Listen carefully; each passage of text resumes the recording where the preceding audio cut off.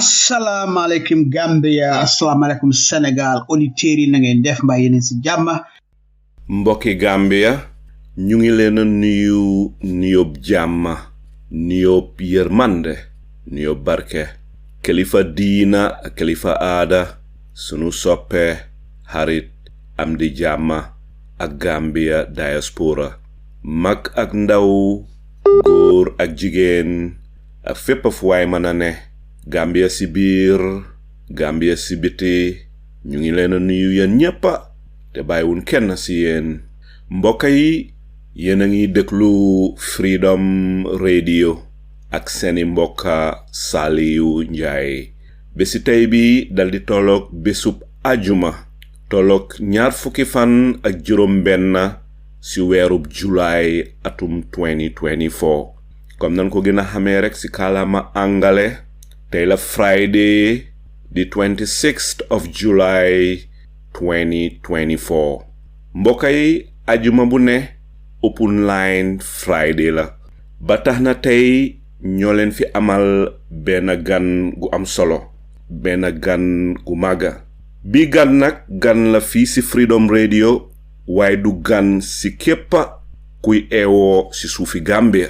Bi gan du kenn kudut Honorable Modou Lamine Bah, nekk National Assembly member bu Banjul North, mooy sun gan tey. Honorable Modou Lamine Bah, maa ngi lay nuyu honorable, di la santa, di la gërëm, di la jox sa wàccuwaay ba mat sëkk, di la dalal te di la yaatal fii si Freedom Radio. Réerewul mbir ne sa busy schedule moom nga bàyyi pour mun a teew si waxtaan bi.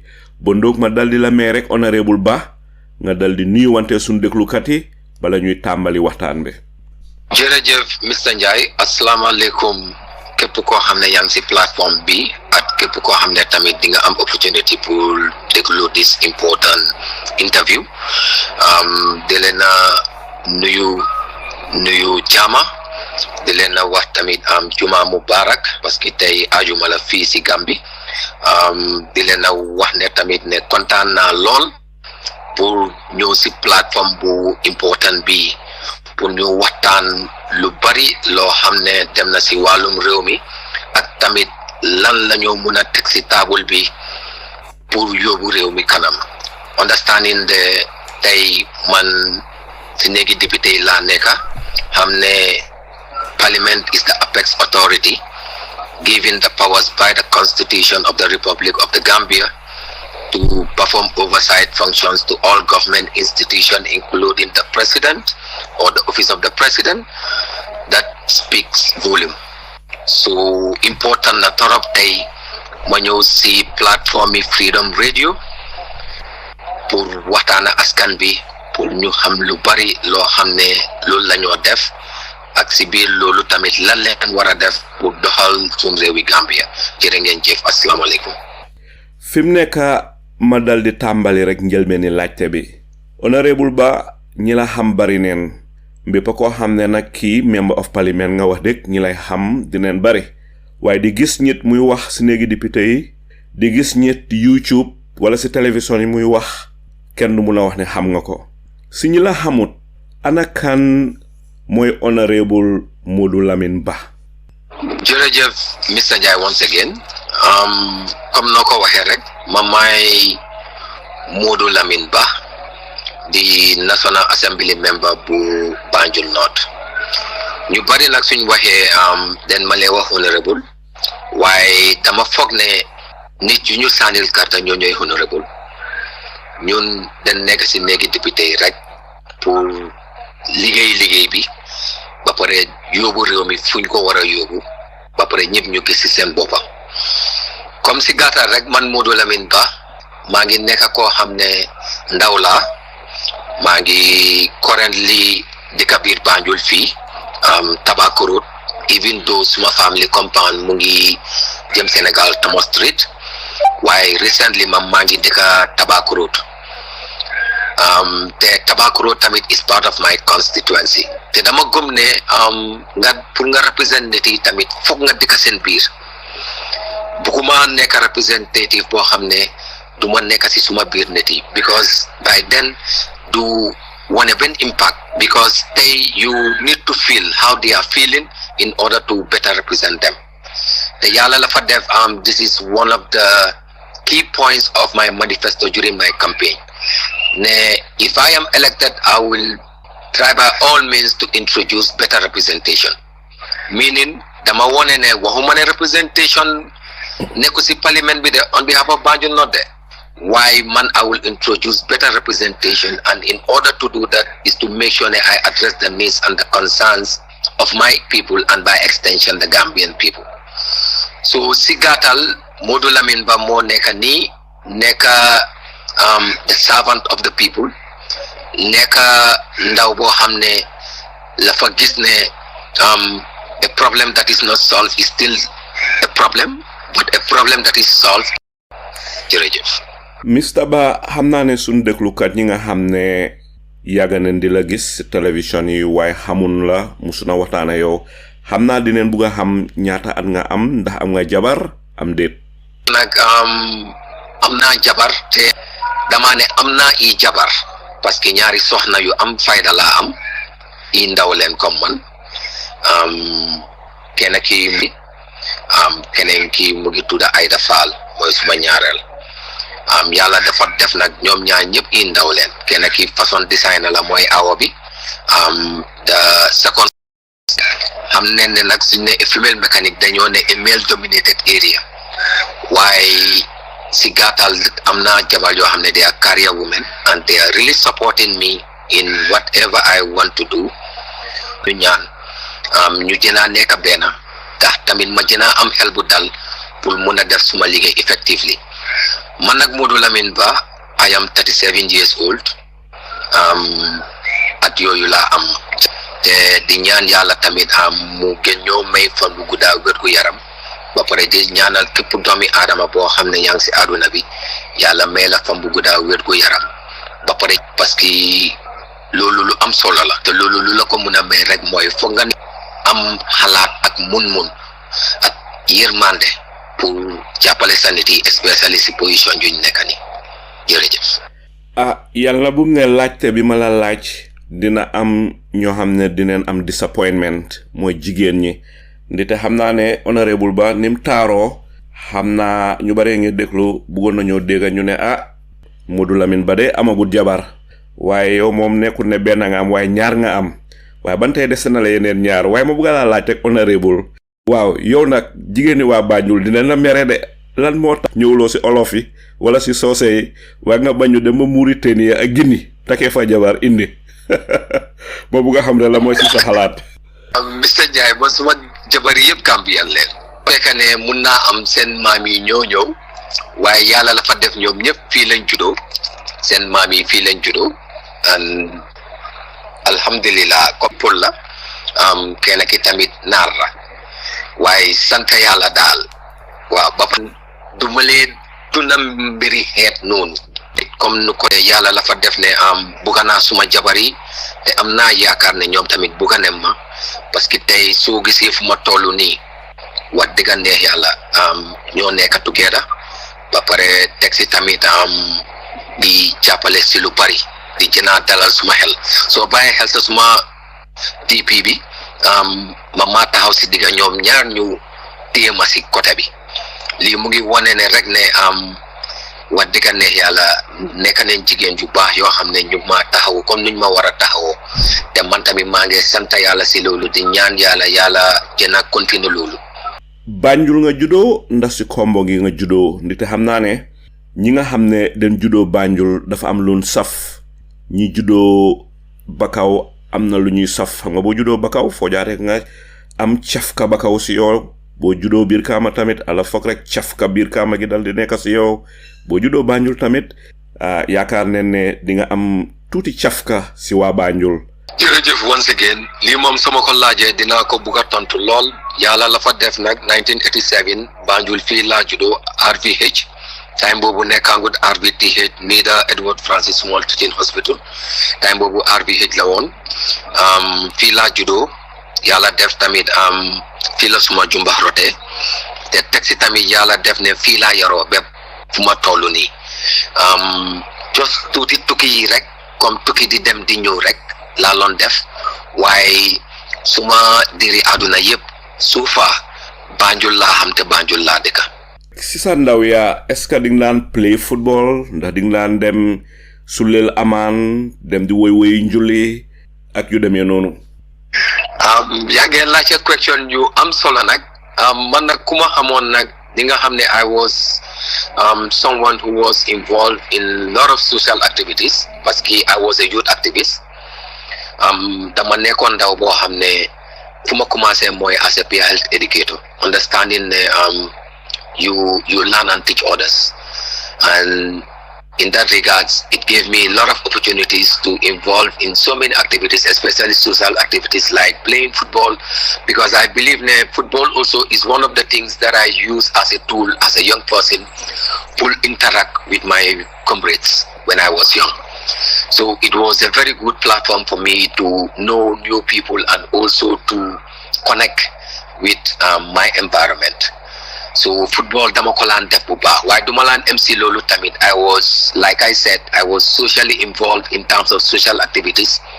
I tried by all means, as young as I was, I tried by all means to make sure that I do a lot of research as young as, at least when I was 10 years old, I did a lot of research. But I was able to help my fellow young people in terms of advocacy, making them understand issues surrounding the environment. Parce que I was, like I said, a youth activist. I really focus on what was good for myself and what was good for my country.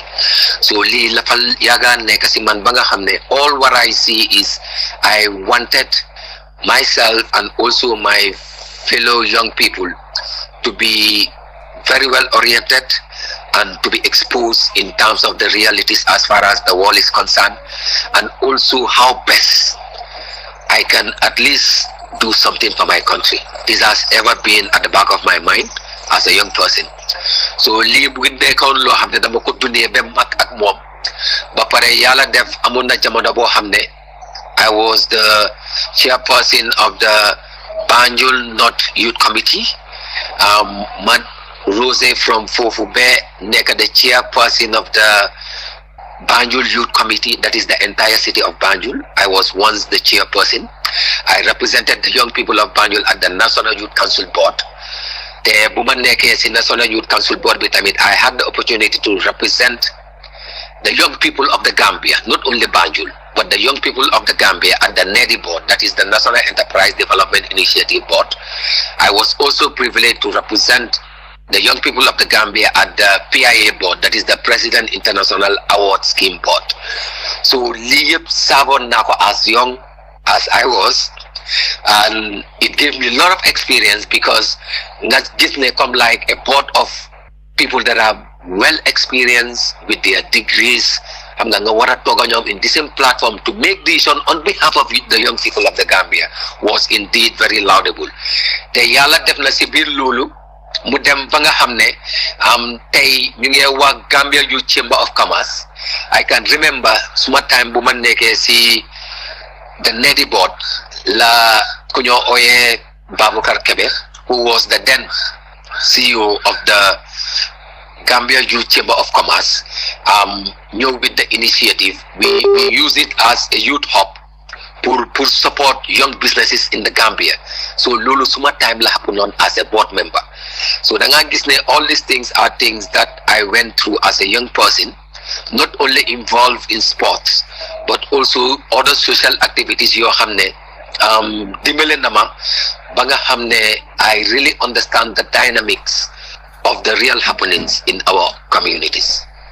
Ndegem Banjul nga judo yaroo fa màggee fa te yàlla def nag Banjul am na ay boroom xam-xam ay kilifa diina kilifa aada yoo xam ne wax dëgg yàlla barkele woon na ko Banjul comme rek gox gu nekk dëkk boo dem si biir Gambia am na fa ay kilifa diina ay kilifa aada yoo xam ne duñ leen mun a fàtte léeg-léeg sax ñenn ñi si ndaw yi dañ dee roy kilifa yooyu wala buñ seetee si kilifa yooyu dafa tax yenn yi duñ ko bugg a def dangaa dégg ñu ne man rus naa juddoo Banjul yaroo fi màggee fi def fi lu kenn defut si lu bon lii duma ko def wala lii duma si bokk ndite man daal rus naa suñ founding fathers yi nga xam ne den xeex ba Gambia dal di rëcca si buumam njaam si tubaab bi liggéey Gambia tabax Gambia ba Gambia dal di taxaw ñu dal di dem bàyyi ñu Gambia bon ñu den war a tabax rek mu dal di continuer waaye waru na daaneel tabax yooya di jël maraaci di daaneel loola daal duñ ko def ñu bari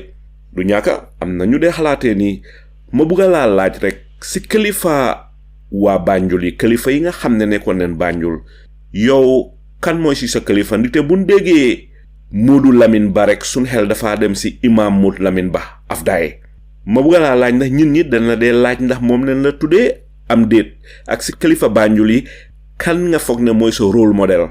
question bi Mr. Njie am na solo torop waaye dama njëkkee si ne ñu ma leen laaj ndax imam Momadou Lamine Ba leen ma tuddee for clarity tuddee wuñ ma ko waaye ñaanoon naa yàlla ñu tuddee ma ko parce que lu bari lu ma dégg si moom si mbiri kilifa ya wax dëgg ne yàlla I am really amazed waaye tamit di sant di gërëm suma tooma tamit nekk na nit ku am fayda nit ku xam boppam te nit ku bëgg réew mi te yàlla la fa def nag kuñ ma tuddee mooy Modou Ndaw di jëkkëri Amileen ñoom moom Paradise Suite Hotel tey soo déggee Pincami Hall in the Gambia ñoom ñoo ko moom waaye ku ko xam ne góor bu am fayda la te góor bu bëgg a Gambia la because munoon na moo wax ne aleel bu mu am yëpp munoon na moo toog Europe bu mu nekkoon waaye la fa decide pour ñëw back to Gambia ak jabaram pour establish business boo xam ne dina ko njëriñ ba pare njëriñ askan bi so loolu maa ngi ko sant yàlla bu baax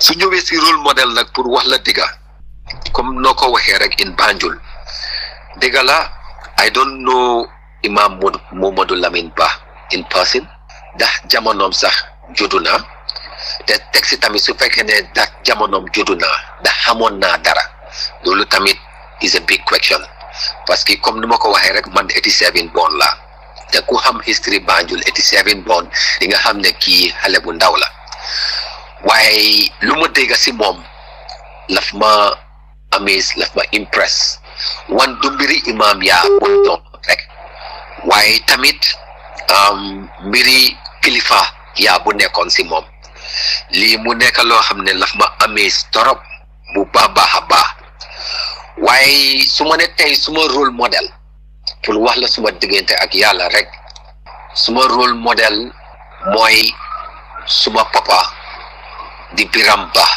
bu ma jur moom mooy suma rôle modèle my dad and my biological dad for that matter is my role model parce que dama believe ne dama am kilifa bu mut kilifa yàlla barkal na ma ba pare wërsagal na ma pour ma am kilifa bu mel ni comme suma papa di Biram Ba wala ñu ko ooyee Ibrahim Ba lu tax ma wax loolu mooy kilifa bu mut kilifa la te a clear manifestation mooy ne just barka démba bu ma nekkee parliament te laf ko lay def every time dama nekk parliament and he will be following parliamentary procedures munu na moo wax ne suma doom la elect nañ ko ba pare waaye ba ma bàyyi ko rek lu moo def rek is okay waaye if I tell you my dad still monitor me daf ma lee monitor bu mut monitor ba pare teg si tamit daf ko lee defee in a way ne at the end of the day man suma boppa dama lee xam ne man de suma boppa bàyyiwu ma si dara parce que laf ma lee make sure ne dina follow lu may def ba pare at the same time ñëw with very important advices at the end of the day tey rek maa ngi tasee moom parce que one of my submission in Parliament barka démba was about the expansion of the Gambia Ports Authority. Understanding that currently as we are talking Abdai then ko ñaka completely Abdai amatut. Dinaa ñëw foofu kanam tuuti. Why lu tax may laal foofu rek lu ma wax mooy mu ne ma ne nii ne lu gën a interesting si suma submission boobu in Parliament mooy when I said ne suma kër maam bu jur suma yaay sa tey amatut te du amaat ba faw parce que already toj nañ ko mu ne that was very interesting because mun naa fàtte lu nekk dem des suma maamati maam yi fuñ jógee te lu amoon solo la so lii mu woon la rek ne maa ngi am somebody who is always on my side pour make sure ne tamit if I do right mu ne ma def nga right mu congratulate ma if I do wrong mu ne ma def nga wrong ba pare mu won ma ne nii nga ko mun a defee so I will tell you ne my biological dad is my role model and everybody needs to know this and I am so proud of him.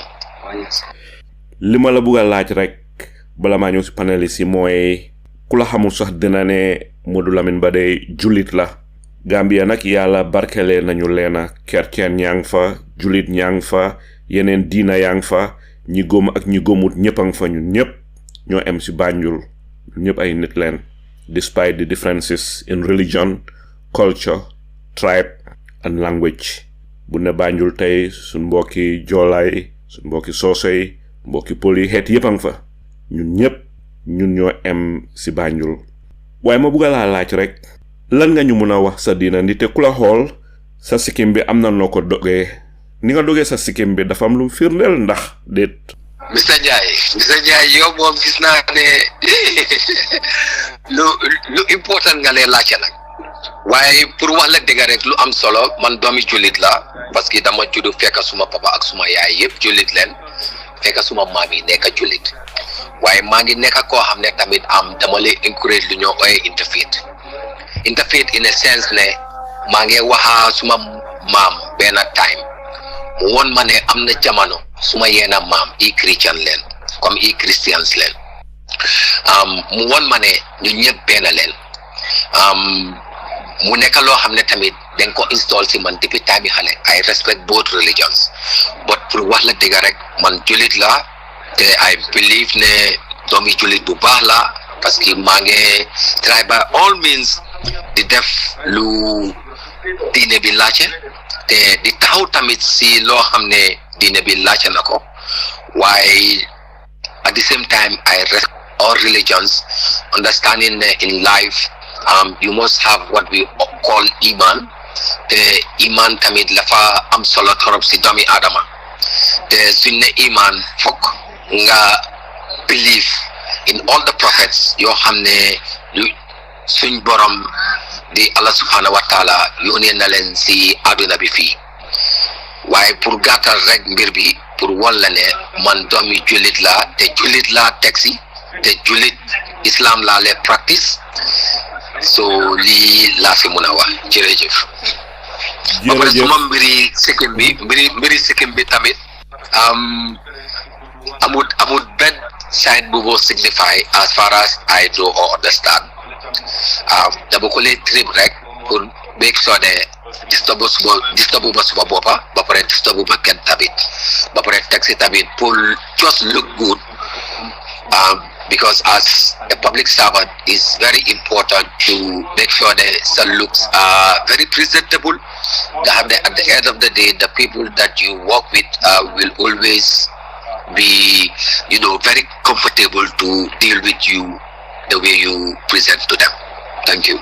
Fim nekk li ma doon def mooy dama bëggoon rek ñi déglu ñi nga xam ne xamul la ñu am a background idea pour mun a xam honorable Modou Lamine Bah mooy kan. Tàmbaleeguma sax laajte yi ma la war a laaj waaye bala maa ñëw si laajte yi nga xam ne maa ngi leen binda fii pour laaj la ko dama bugg a dem rek si panélistes yi du ñàkk ñoom itam xëy na am neen laajte buñ la bugg a laaj dooree ko ba nga nekkee xaleel soo fi mu nekk ma dal di ñëw si Sister Oli ban laajte moom nga amal honorable Bah.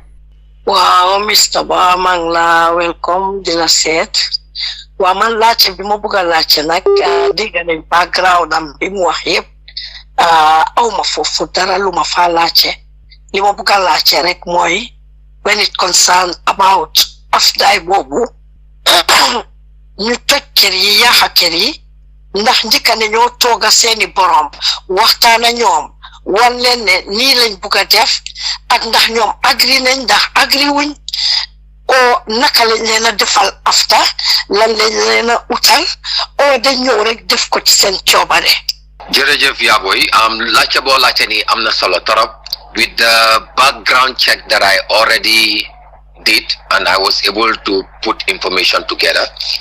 What I understood mooy ne lii mu ngi happen depuis time yi Jammeh comme nu ma la ko waxee rek man suma këri maam sax was number 2 Zebra boobu tojoon nañ ko bu yàgga so meaning family bi d'accord neen bu yàgga bañ leen fay te nu may waxee yow nii sax mun naa am sa xaalis buñ leen joxoon pour affaire yi kër boobu lekk nañ ko bem res waaye I believe ne wax bi du loolu because suma own understanding mooy ak tukki yu ma tukki yëpp lu ma understand mooy su ñëwee si port expansion mostly dëkk yi nuñ ko lee defee mooy dañ lee expand towards the river or towards the sea man noonu laa ko nekk di gisee si yeneen réew yi not to consume the community waaye scenario yi Banjul is very unfortunate because I was also fortunate to meet the current PSCC of Ministry of Works.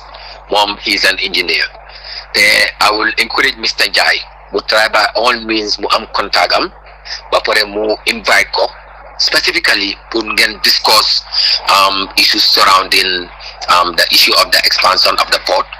But I believe ne luma wax mom luma explainal moy if you look at where the port is currently and you look at the river itself so guy wara expand see gate towards the river port bu nek Banjul la fa narrow down the mouth of the river, which man I am not an expert to determine that, but mom as an engineer, that is what he said to me personally, and it was a personal conversation. But bu won mané currently so gisé gaay ñu ngi go in for the Sanyang dry port bobu dinen muna expand towards the river, towards the sea rather, because it is just next to the Atlantic Ocean. So that one is bigger and it can accommodate bigger ships. But lumay wax moy comme noko waxe rek, the thing is in any development, especially when it comes to the people, you must sit down with the people and talk to them. If that was done, I am really not sure according to my background check, because if that was done also, it would have been published. People would have known. People would not come out and start speculating. Because if people are coming out and start speculating, meaning such a process didn't take place. But notwithstanding, I had the opportunity this past Wednesday to question the Minister of Works.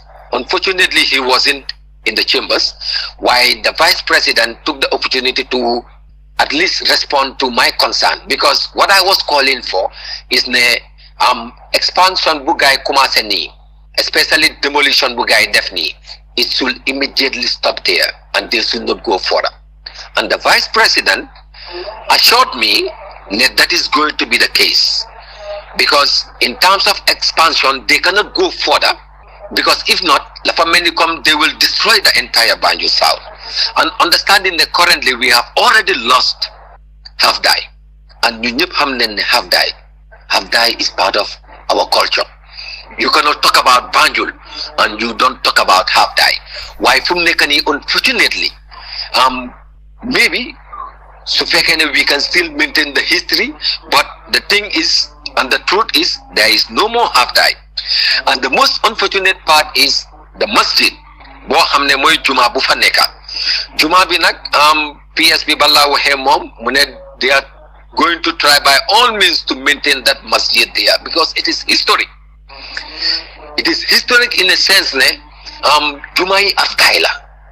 So li mu ngi nekk consensus yoo xam ne te assure na man tamit ne very soon they will organize a dialogue, that is the stakeholders, the people of Afdai or Banjul South, and also the authority of Banjul South, and including us as other authorities, that is the member for Banjul Central and Banjul North, and even the mayor, to sit down and talk with the people, so that they can have a better understanding of entirely what has happened.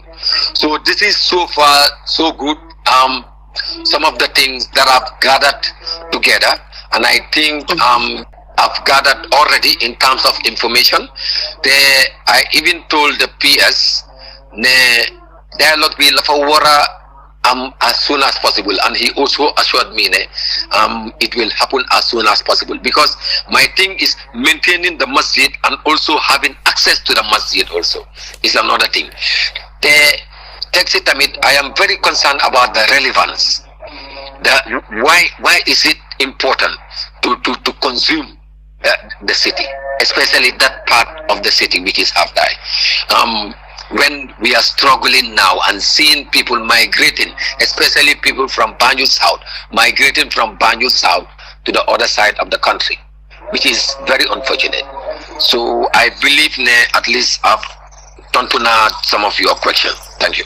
Jërëjëf Mr. Bah, laajte boobu Sister Uli laajte sax benn la si question yi ma binda, waaye Sister Uli laajte na ko, waaye mu am rek lu ma si bugga wax ba pare am naa loo xam ne bugga naa la ko laaj bala maa ñëw si Ablaye Sanyang ak Jibril Fadia. Honorable ba ñun dañ fi jot ne nguur gi dañ wax ne dañoo toj Afdaay yokka port bi ba pare port bi dañ ko bugga yokka si mile 2. man ma war a xalaat ñu war a yokka port ba nekk Afdaay naka leen ko mën a yokkee si mile 2 am mile 2 nam soree ba pare jot neen fi ne prisoners yi nga xam ne ñoo nekk mile 2 dañ leen bugg a tuxal Josuwang. nguur gi nag waxutoon loolu sa njëlbeen ba Adama Barrow ba mu ñëwee ees la ma xool mooy ne dañoo sampa prison bu ees, prison bu moderne ni te ñu ñëpp xam ne mile 2 ni mel. mile 2 tilim na, mile 2 xasaw na. maa ngi jégalu nag pour mention di war xasaw, waaye dama bëgg rek ñi déglu tamit ñu xam condition bi fa nekk. mile 2 is not even fit ñu jënd fa ganaar wala xar sax waxtuma laa nit. The situation in mile 2 is very sad, it's very embarrassing as a nation for Gambia. So li ma la bëgg a laaj mooy ndax yow dégg nga lii ne dañoo yokka port bi si mile 2 jël prisoner si nekk mile 2 tuxal leen Josuwang. ma xawma loolu naka la mu ne am, waaye li ma laajte mooy ndax yow dégg nga loolu. Jërëjëf once again Mr. Njai. So by held the sooner speech by the president this year mentioned something like the dry port will be moved to mile 2 and the inmates in mile 2 will be moved to Josuwang or other prison centers in the Gambia. Munko mentions his sooner speech and I can gladly share the sooner speech with you, the soft copy of the sooner speech immediately after this interview. And Lee is indeed a very big concern. Come knock our hair. Mile 2 have ever been our concern, especially the member for Banjul North, understanding them the Central Prison falls under my constituency. It is indeed a concern because I believe mile 2 is not even hygienic. Mile 2 come knock our hair. Ganarsa doka fadencha, not to talk of human beings. The Lee is indeed a concern. I can remember a parliamentary report was laid in Parliament. I rose up in Parliament and talk about the difficulties and also the environmental problem that is happening in that central prison, which is very unfortunate. But if the government have the intention to convert that place to a dry port, because dry port in a sense that's where they will be bringing containers they cannot put at the ports here, I think that is even better. But the issue of even rehabilitating that mile 2 central prison, of recent, we have seen what is happening in this country. Just adjacent to the central prison, that is mile 2 in Banjul here, Yangi Amfunyo Oya Hamza Barracks. Hamza Barracks, you for deka moy security men and women, both Ministry of Defense, because we have soldiers, navies, and also the interior. We have immigration officers and also police officers living there with their families. Just go and see how that place is deteriorated. But still, they are there. But for a taxi land, of recent Gisnen disaster bu fa xew over 8 houses or households were burned to ashes. Dara génnul fa. 10 families were affected. More than 91 people. Currently, they are housed or accommodated at Friendship Hostel. Is that sustainable? And we're talking about security men and women. So if they are not ready yet to rehabilitate that place, what will they do in terms of rehabilitating the main prison? As someone who is very concerned and also understand how things work, if this government was very serious with all the recommendations through the TRRC concerning the rehabilitation of the prisons, they should have taken it up and make sure that the prison is rehabilitated as soon as they can. But unfortunately, this is the speech that we received of recent from the president himself during the sooner speech that he delivered this year at the parliament. Honorable Ba, fim nek ma dal di ñew ci apply Sanyang. Apply dégg nga li nga xamné mo ko jotta jaalagum ma bëgg xam ndax amal nga laajte pour Mr. Honorable Ba. Thank you, Eli Salio. Wonderful. You Mr. Ba, our capital city. A disgrace, a shock that I apply can call Banjul my capital city where my presidency living. But just now say what be ngane vice president be mum nga don't expect pour reply sa letter be of your act pour ñu demolition half die. Then there is no decorum. You are powerful than Adam Barrow. You have been the MP representing millions of Gambians. You are powerful than Adam Barrow.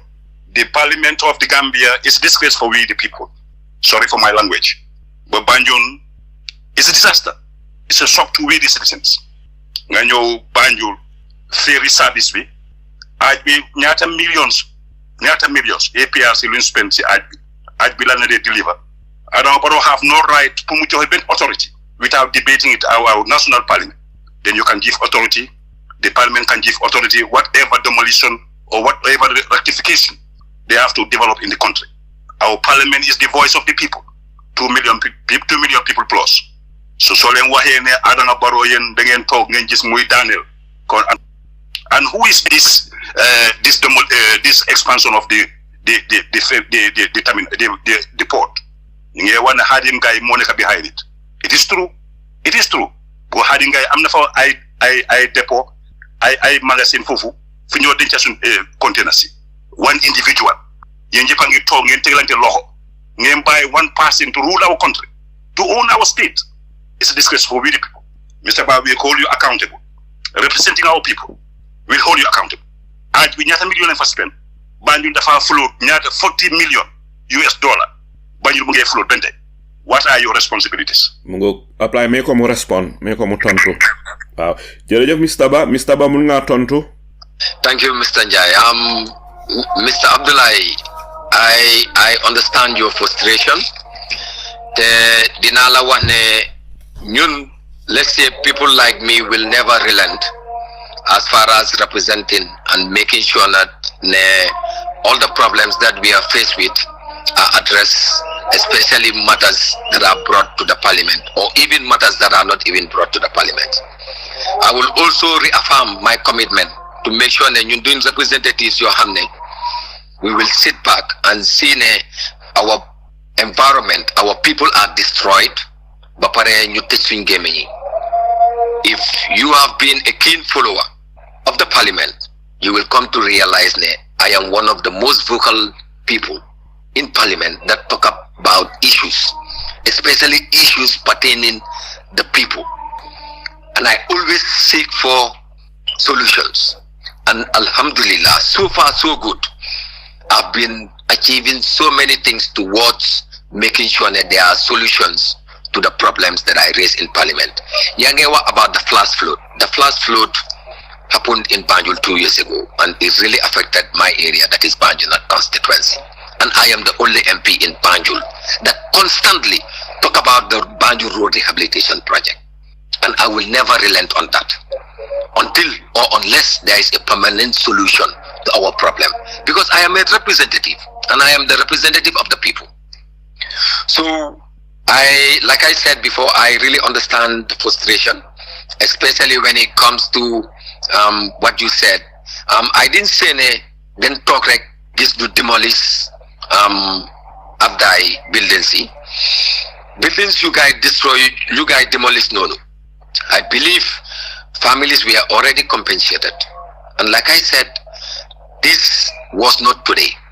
And if you look at it, the demolition is done. But the video that you saw that is trending on social media is only one person, who is Mr. Gay, who is one of my mentors in Banjul. I talked to him so many times. We discussed issues surrounding issues affecting the people of Banjul and by extension the entire country, because we are people that love the country and we believe loving the country. That is why I decided as a young person to involve myself and take politics as my career and be a representative in the highest office today.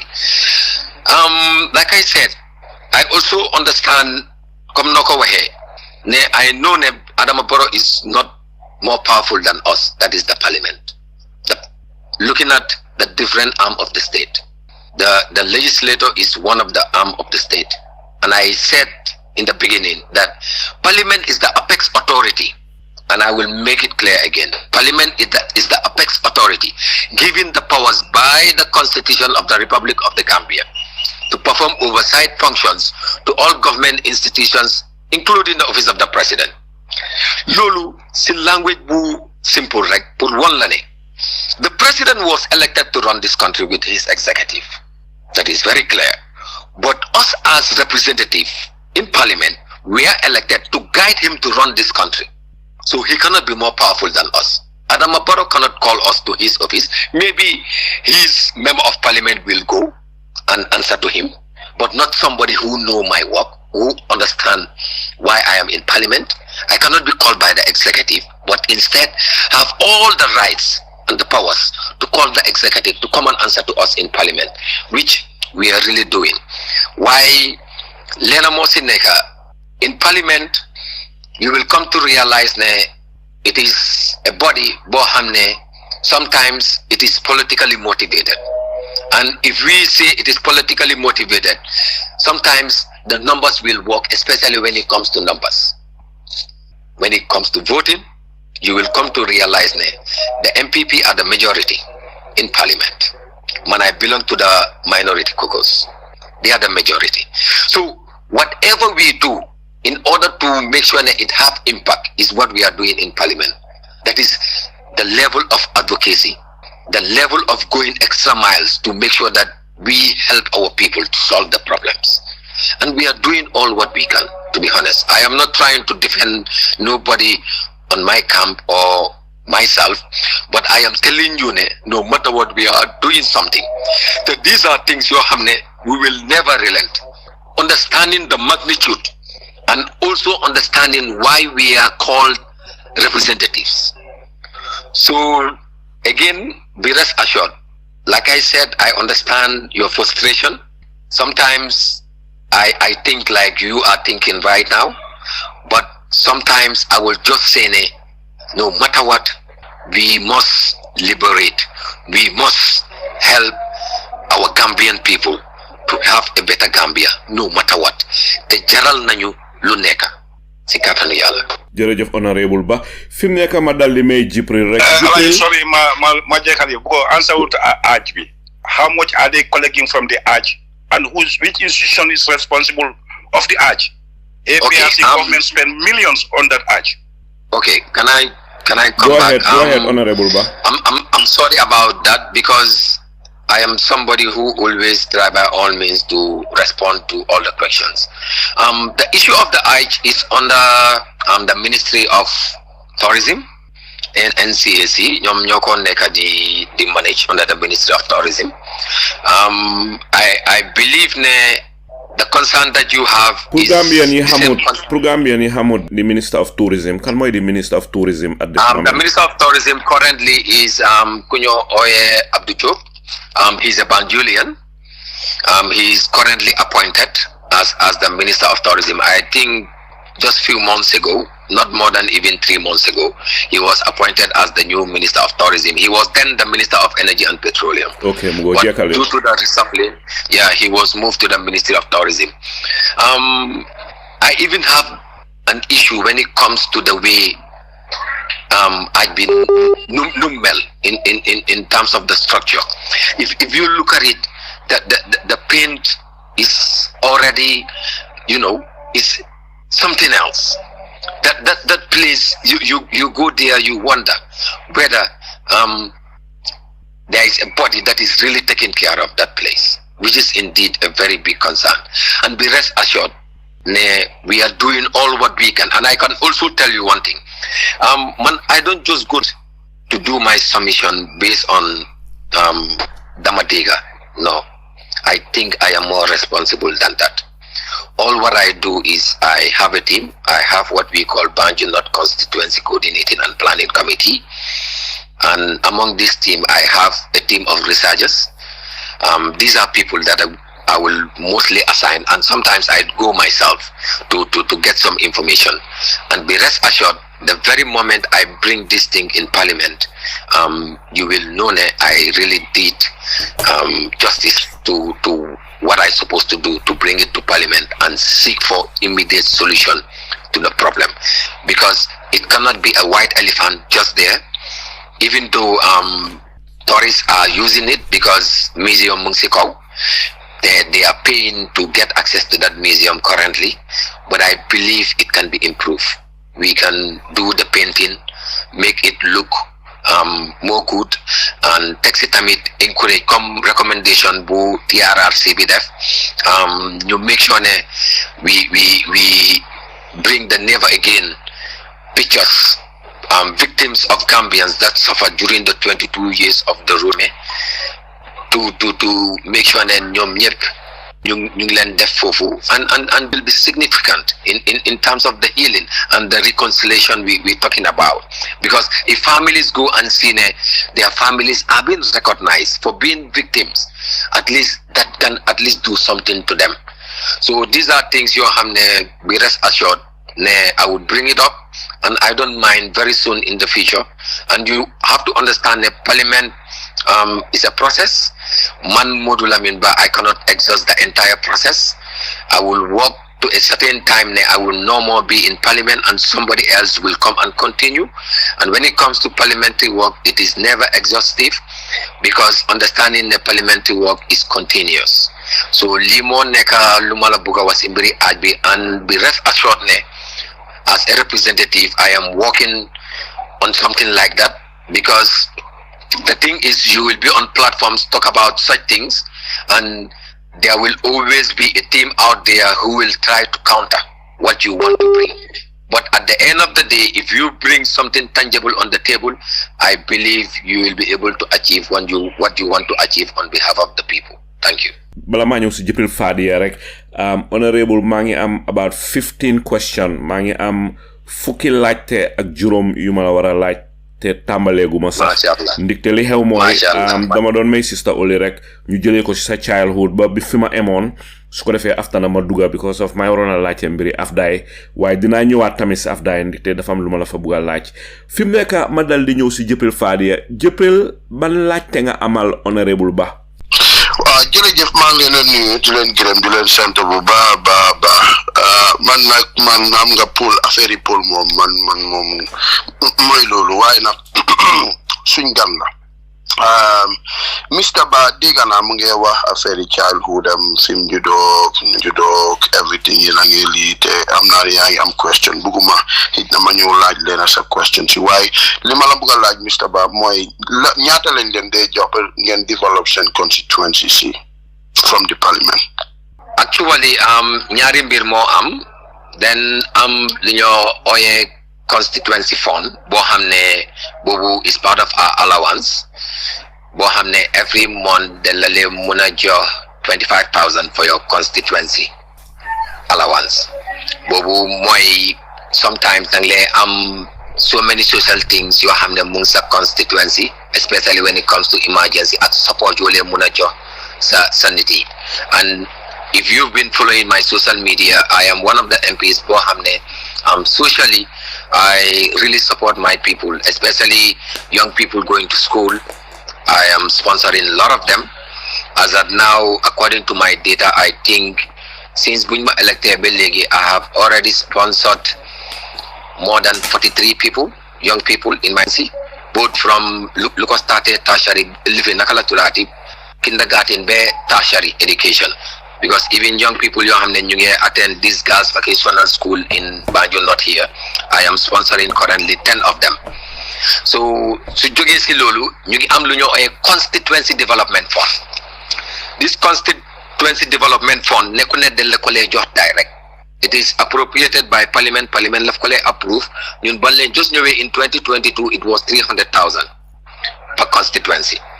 And last year it was increased to this year rather, then ko yokka to 500. Man buma just ñëwé we just received 300,000. We just received 300,000. Nekune den ko sen suma account de pour mu leer. What happened is Parliament de la jox form nga identify a project bo xamne mom nga buga def ci sa constituency. Yalla def nak man luma defone moy I understand ne Hamza Barracks comme waxon nako fi ci dorin bi ne these are security men and women yo xamne they are serving us and they are living with their families in Hamza Barracks. So guy them for school bo xamne government bi gestu wut ko won.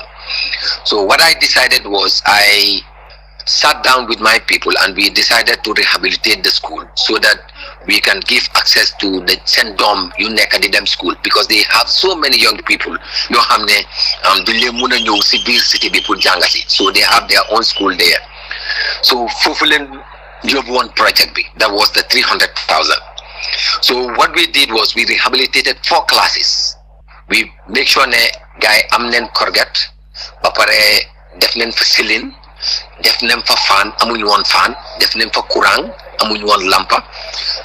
Ñu provide tables, ba pare provide chairs, ba pare sen back gate bi ñom Hamza Barracks because Ministry of Basic Education you know didn't recognize school because sen back gate bi was open amuton bunta. We provided also a standard gate for them, but we provide a solar lights. So Leland defon with that 300,000. Yalla def nak jamono comme currently moy 2023 CDF bi mu nek 500,000. So bala toge ak suma constituency coordinating and planning committee bi ñu decide pour ñu wax project bu ñoo oyé 6 aside court for Banjul North. Yalla defna just a month ago laying the foundation stone pour commence the construction of the 6 aside court bo xamne at the end of the day la fa nek an income generating project for the people of Banjul North. Yalla def ne I am doing it in collaboration also with the Banjul City Council because they provide ñom ñoo am space bi man honorable ba awma space. So Banjul City Council provided the space based on the agreement that was sent, the proposal that was sent to the City Council, and the General Council sat over it and approved the allocation. So currently as I am talking to you, this is what I'm doing. I cannot talk on behalf of other members because I don't know exactly what they are doing. But man lila hamne, this is what I'm doing. At the end of the day, hamnane dina address so many issues because when the project is ready, amna yakar ne if incomes are generated dina create employments, dina make sure that health issues are addressed within my constituency, dina make sure that social activities are addressed within my constituency, dina make sure that scholarship packages will be increased, understanding that it has already started from my own pocket, while legi didn't try by all means pull yokoko, pull make sure that we give opportunity to other children so that they will be able to achieve their dreams in terms of education. Understanding that education is one of the most fundamental tools when it comes to harnessing demographic dividend. So these are the ways and means we are putting forward towards what we have in place, and we have the intention next year, since CDFB will convert to kind of women enterprise fund bo xamne all some of the women vendors we have within our constituency to buy them. For example, if a woman is doing business, women vendor is doing business within my constituency in terms of selling essential food items like rice, cooking oil, and doing it cheap, we can buy all those items, you understand, give it to him in a form of a loan. Then nga xamne dañ ko may a grace period mu jaayat for 1 year, then you collect that money from her, we pay it to the constituency account, then we make it a kind of a revolving fund and support other women vendors in our constituency as part of our women empowerment initiative program is concerned. So these are ways and means of doing it, but to be honest and to be clear, $25,000 is given to us as part of our allowance to take care of some of the things within our constituency, but the 500,000 is fixed and is one, and it's not given directly to us. Like for example, when I submitted my proposal to the Parliament, we the people of Banjul North agreed that we are going to construct a 6-a-side court for Banjul North constituency.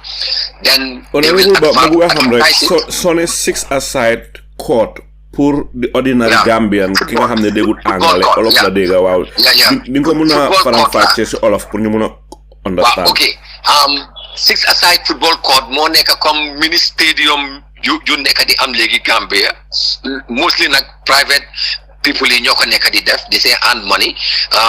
For example, people can use it for like 1 hour and they pay, let's say, $1,000 for that 1 hour. So meaning it is something that can help the constituency at the end of the day. So man numa neka di halate ak suma niti moy, what sustainability project can we make good use of this fund? Because that is what the fund is meant for. That is why it's called Constituency Development Fund. So in other words, these are funds that are not directly paid to the accounts of the MP, but the MP will come with a proposal from his or her constituency and present it to the Parliament. Then the Parliament, through the Office of the Clerk, will work with the contract committee of the Parliament and advertise so that suppliers or contractors will apply. And if they apply, to be honest, you don't even know your contractor until or unless moving bidding process be. Sila la Parliament bi dile introduce ak mom. But man numa ko lay defé moy alhamdulillah, with the contractor when introduced to me, I will always tell you ne man I have law hamne is very important as far as my constituency is concerned. I want to create jobs, and in order to create jobs you can create direct jobs and you can also create indirect jobs. So nit yo hamne comme lay ñoy liggéey during the process of the construction or the rehabilitation, I will appeal ne mu nek suma nit yo xamne ñu ngi joge suma constituency, and alhamdulillah it has been happening with the 2 contractors so far yo xamne we work with, because the other one we work with already, that is the rehabilitation of the school at Hamza Barracks, and currently the one who is constructing the 6-a-side football court in Banjul North. He has also incorporated some Banjul North yo xamne they are missing us, and they are working with him towards implementing this project. Mr. Ba, fimne kama daldi tambali laajte yi comme ni ma ko waxe laajte yi dafa soxla tontu yu halagata tuti su ko defee ma mun a dem si laajte yépp. Fi ma bëgg a tàmbalee mooy yow si ban parti nga bokka? Okay, man maa ngi bokka si parti United Democratic Party. Okay, ma bëgg a xam rek honorable Ba, xam naa ne ñuy déglu dinañ am interest pour bëgg a xam lan moo la inspire ba tax nga dugga si politics. What really inspired me is as a young person and growing up within the city of Banjul, seeing all the difficulties that Banjul and by extension the entire country is going through, I deem it necessary to get into politics, and especially to be in one of the highest office, to be one of the decision makers in this country, in order to address the needs and the concerns of the Gambian people. Politician yi nekk Gambia, kan moo si sa role model? My role model is an open secret. Alhaji Ousainou Darboe is my role model. Okay. Mr. Ba, ma bëgg a xam rek, Sister Oli tàmbali woon na la yaa ngi doon wax si mbiri Banjul, waaye falaay dellusiwaat ni te benn la si laajte yi ma la bëgg a laaj. Mr. Ba, li ñoo toj afdaay lu daw yaram la. ñu ngi toj afdaay waaye daf den toj xoli Gambien yu bari surtout ñi nga xam ne ñoom ñoo dëkkoon foofa sa Afdaay nit ki fa nga juddoo fa sa maam juddoo sa yaay juddoo fa sa papa juddoo fa you are emotionally attached dafa am connection dafa am buum boo xam ne day mel ni ko takka foofa te place yu mel ni Wilberforce Buckle Street Wellington Street ñun ñëpp xam neen kër yu mel ni kër Imam Modou Lamine Ba ñun ñëpp xam neen kër Male Diagne kër ñoom Omar Gumbo kër ñoom Chips Ndaw ba pare nga daldi am Sambeen foofu nga daldi am kër ñoom Awa Dia kër ñoom Maam Layti lii yëpp dafa nekka place yoo xam ne nit ñi da leen ràññee woon Banjul waa Afdaay ràññee woon leen ba pare mu am history bu rafet boo xam ne su fekkee ne toj neen kër yooyu rek dafa mel ni dañ erase history boo xam ne young generation bu ñëw ëllëg du mus di xam history place booba leen ak ña fa dëkkoon mu nekk loo xam ne lu daw yaram la port duñ ko yokkee si dëkk waaye dañ koy yokkee si géej gi jàkka ja nekk Afdaay di jàkki Imam Modou Lamine Ba bi nin tojatee Afdaay dégg naa sax ñu ngi ko fens ba nga xam ne ñun ñi pour ñu dem sa jàkka yu julli dañoo nit permission ñu toj Afdaay dégg na Yaaya Jammeh moo ko tàmbali woon Adama Barrow ñëw continuer ko ndax foog nga ne it is logical ñu toj Afdaay ne dañoo yokk port bi despite the fact ne they don't put into consideration bàyyiwun xel history Afdaay ak ni Afdaay cofeel gi Afdaay am ak ni Afdaay mel si xoli nit ñi ñu war a tojat Afdaay rek erase history ñoom Imam Modou Lamine Ba dal di erase history ñoom ndem si yàlla Alaaji Baabu Sàmba ak ñeneen lii dafa nekk lu daw yaram ma bugg a xam rek lan moo si sa gis-gis. Mr Njie gis nga dama yàkkamti sa pour tontu la si lii pour wax la dëgg rek emotionally I am so attached to what is happening parce que lii duma ko lee waxee ne comme nu ko nit yi di lee waxee rek usal sa xel sooy wax mbiri Afdaay bi laf ma métti te si kanami yàlla xam na ne laf ma métti torop comme lu ma ko waxee woon rek man tey suma maam bu jur suma yaay waxuma suma maamati maam de suma maam bu jur suma yaay di Sehu Omar Diouf jur Ami Diouf Sehu Omar Diouf is from number 2 Zipra. So man as a young person growing up dëgg la ay xamoon naa Zipra dama laan dem Zipra suma time xale but as I go along Zipra buñ koo toj loolu moo ma njëkk a métti tey ma gis lu dina métti mooy ne toj neen ba jël juma bi dëgg la laalanguñ juma bi te wax naa ak PS bi comme nu ma la ko waxee woon si njëlbeen ba mu ne ma fogu ma ne juma bi dinañ ko laal ma ne ko ne nii ne na mel noonu te amul ne faguloo sax juma bi waruñ koo laal waaye man suma problème mooy access to that juma also is going to be another problem if that place is fenced because dafa nekk si biir port bi te it should be a concern man lu ma loon wax mooy comme nu ma ko waxee si suma deliberation bi on Wednesday this past Wednesday in Parliament ne gisuma benn significant bu demolition bi am in terms of expanding the port. To me, it doesn't make sense. At comme nu ko suma mentor bi waxee port expansion dafa dem towards the sea. That is how you do it.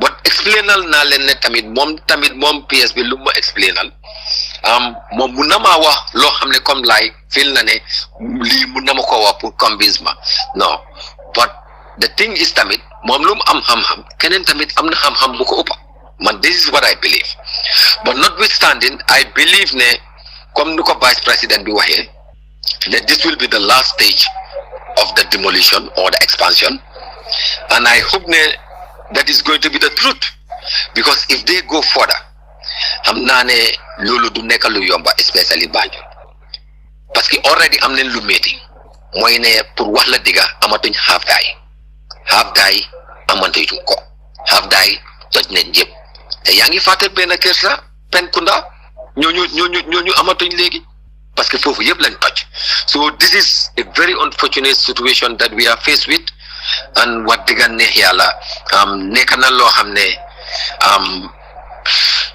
I don't know exactly how to say this, but I am not happy about this.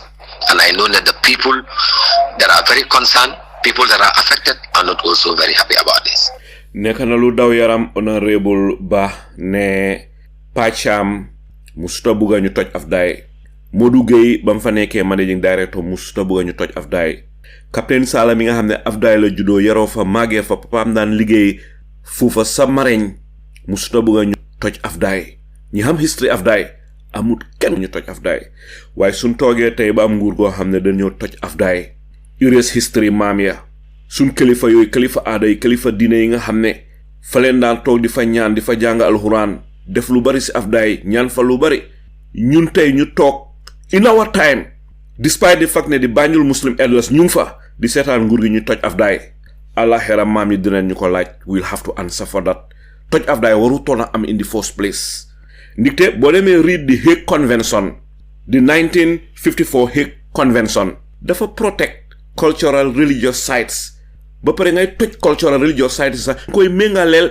a crime against humanity warul woon a toj Afdaay digga dafa métti su xol trop digga ko dafa métti ba pare muy am in reality dafa nekk lu métti waaye nag ndaw yi ñi ma waxtaanal ñu ne ñoom Banjul Muslim elders yi leen blame ni te ñoom ñoo waroon a waxtaan nguur gi pour dañ waru toon a laal Afdaay fi mu nekk comme ni nga ko waxee Zipra amatut Wilberforce Buckle Street amatut Wellington Street amatut Afdaay jeex na moo tax Seetu Jaan Samba maa ngi defoon na moom programme bu yàggul mu ne ma den dee wax Afdaay léegi Afdaay is full die mu nekk lu daw yaram ndeysaan génération bi ñëw duñ xam dara si Afdaay fi mu nekk ñu bàyyi Afdaay foofu ñu ma dal di ñëwaat si beneen laajte bi honorable Ba li ma bëgg a laajte mooy xam naa ne yow sa position jëmale ko si Judicial Officers Remuneration Bill bi sa position is very clear ñëw nga si néegi député yi sa lam gën a leeree nañ ngeen yow daal yow bokkuloo si yow supportuloo bill bi nii ndite nekk na bill boo xam ne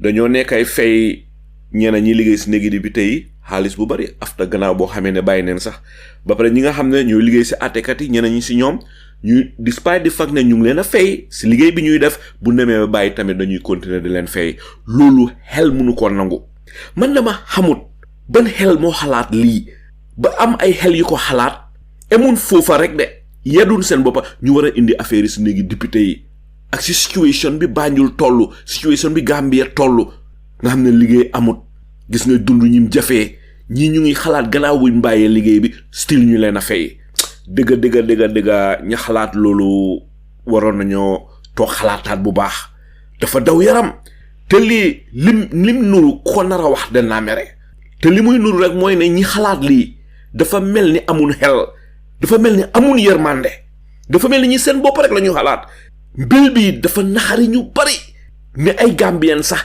toog neen xalaat lu mel nii ban ko xalaatee fa leen waroon a gas suul ko téeméeri at sa kanam mun nañoo indi bil bi tombé Gambia develop waaye du jamono yi ma bugg laa laaj rek yow am na ñu bari kontaan ne bokkuloo si bil bi wane nga sa position ne yow bil bi daal bokkuloo si ma bugg laa laaj rek ana si lan nga ak ana fan nga sukkandekoo ba tax bugguloo bil bi paas.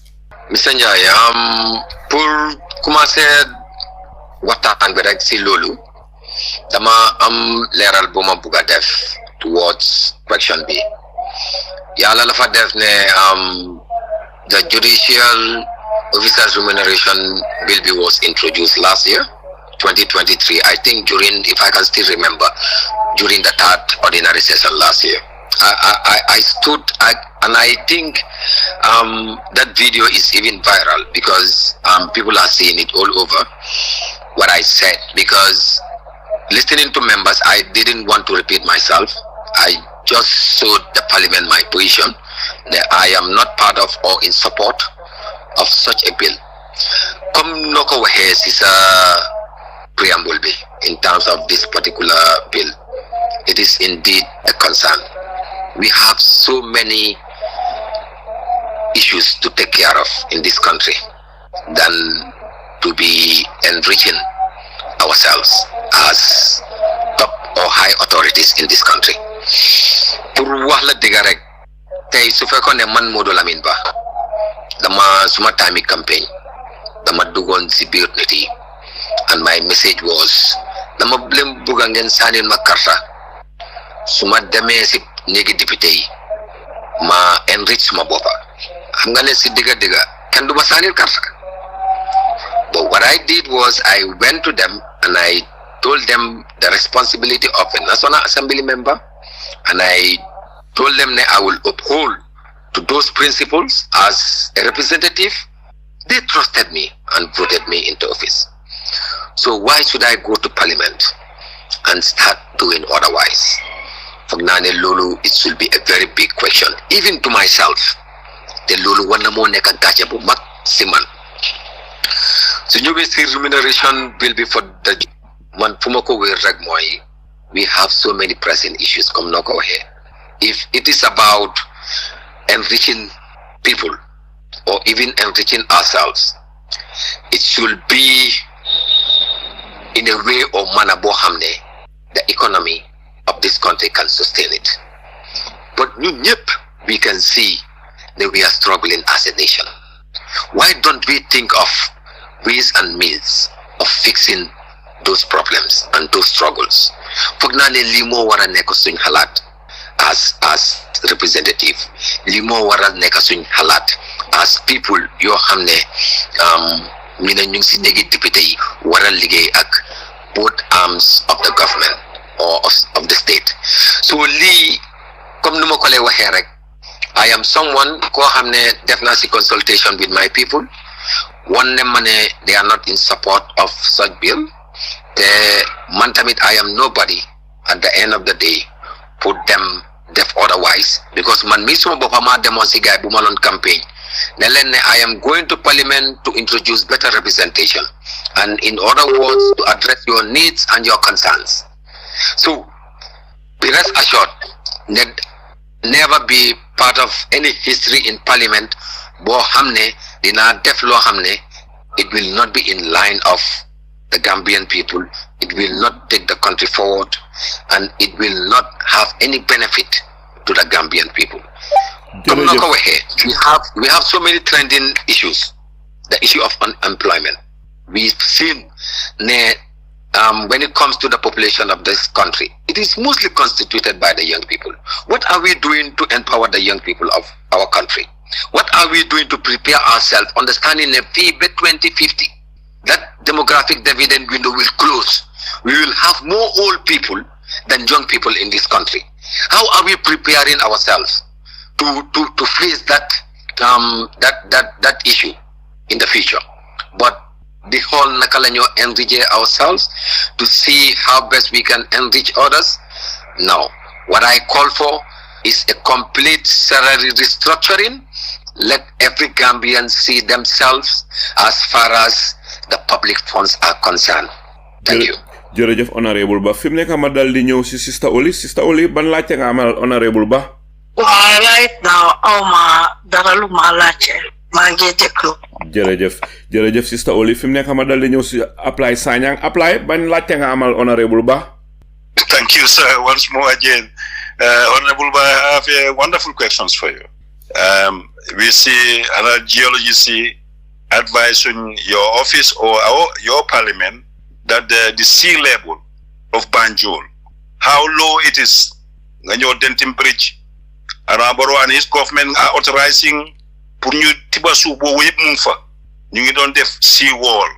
Now gis nañ ne suuf buy nga xam ne géej gi moo ko dajale foofu pour Denton Bridge géej bi bu mu ko surround mu dog ko diggante ñaari Banjul bi.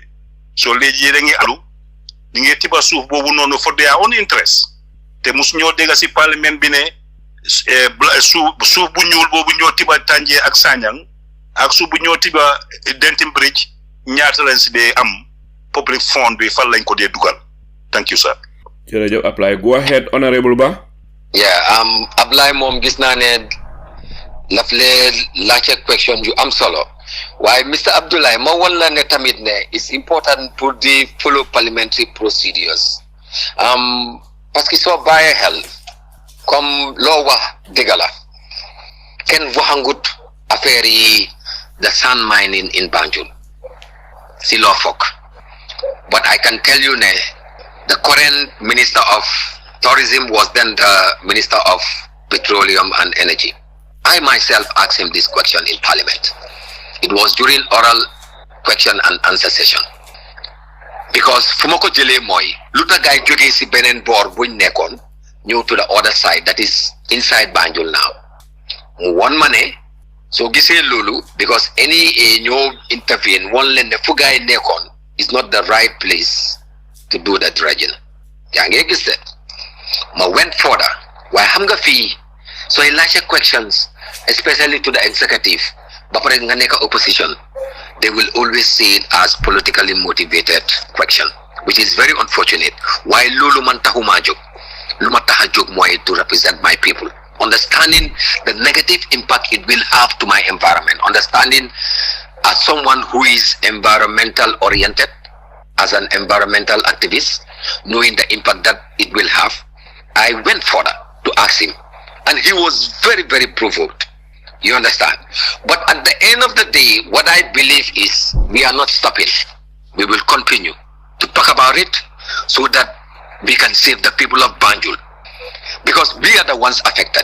Te pour wax la dëgg rek yaa ngi wax affaire the sand mining bu nekk Denton Bridge. What about the bridge itself?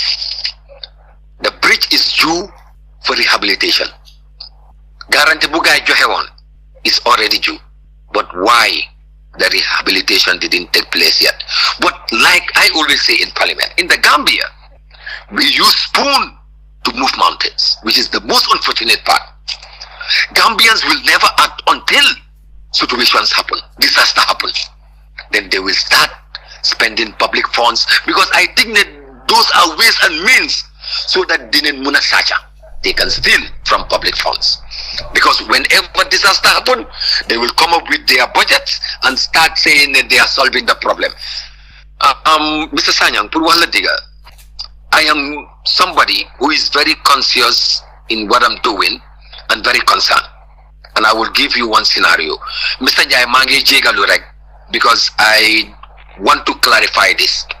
Go ahead. I started this free preventive health care screening at the community level in Banjul North, bringing healthcare services to the doorstep of my people. And I would be worrying who is having the resources in this country. I am not having the resources. I appropriate resources as a parliamentarian. The government is having the resources to implement. But why am I going extra miles to do that? Because they them lopitan, you diagnose kidney problem.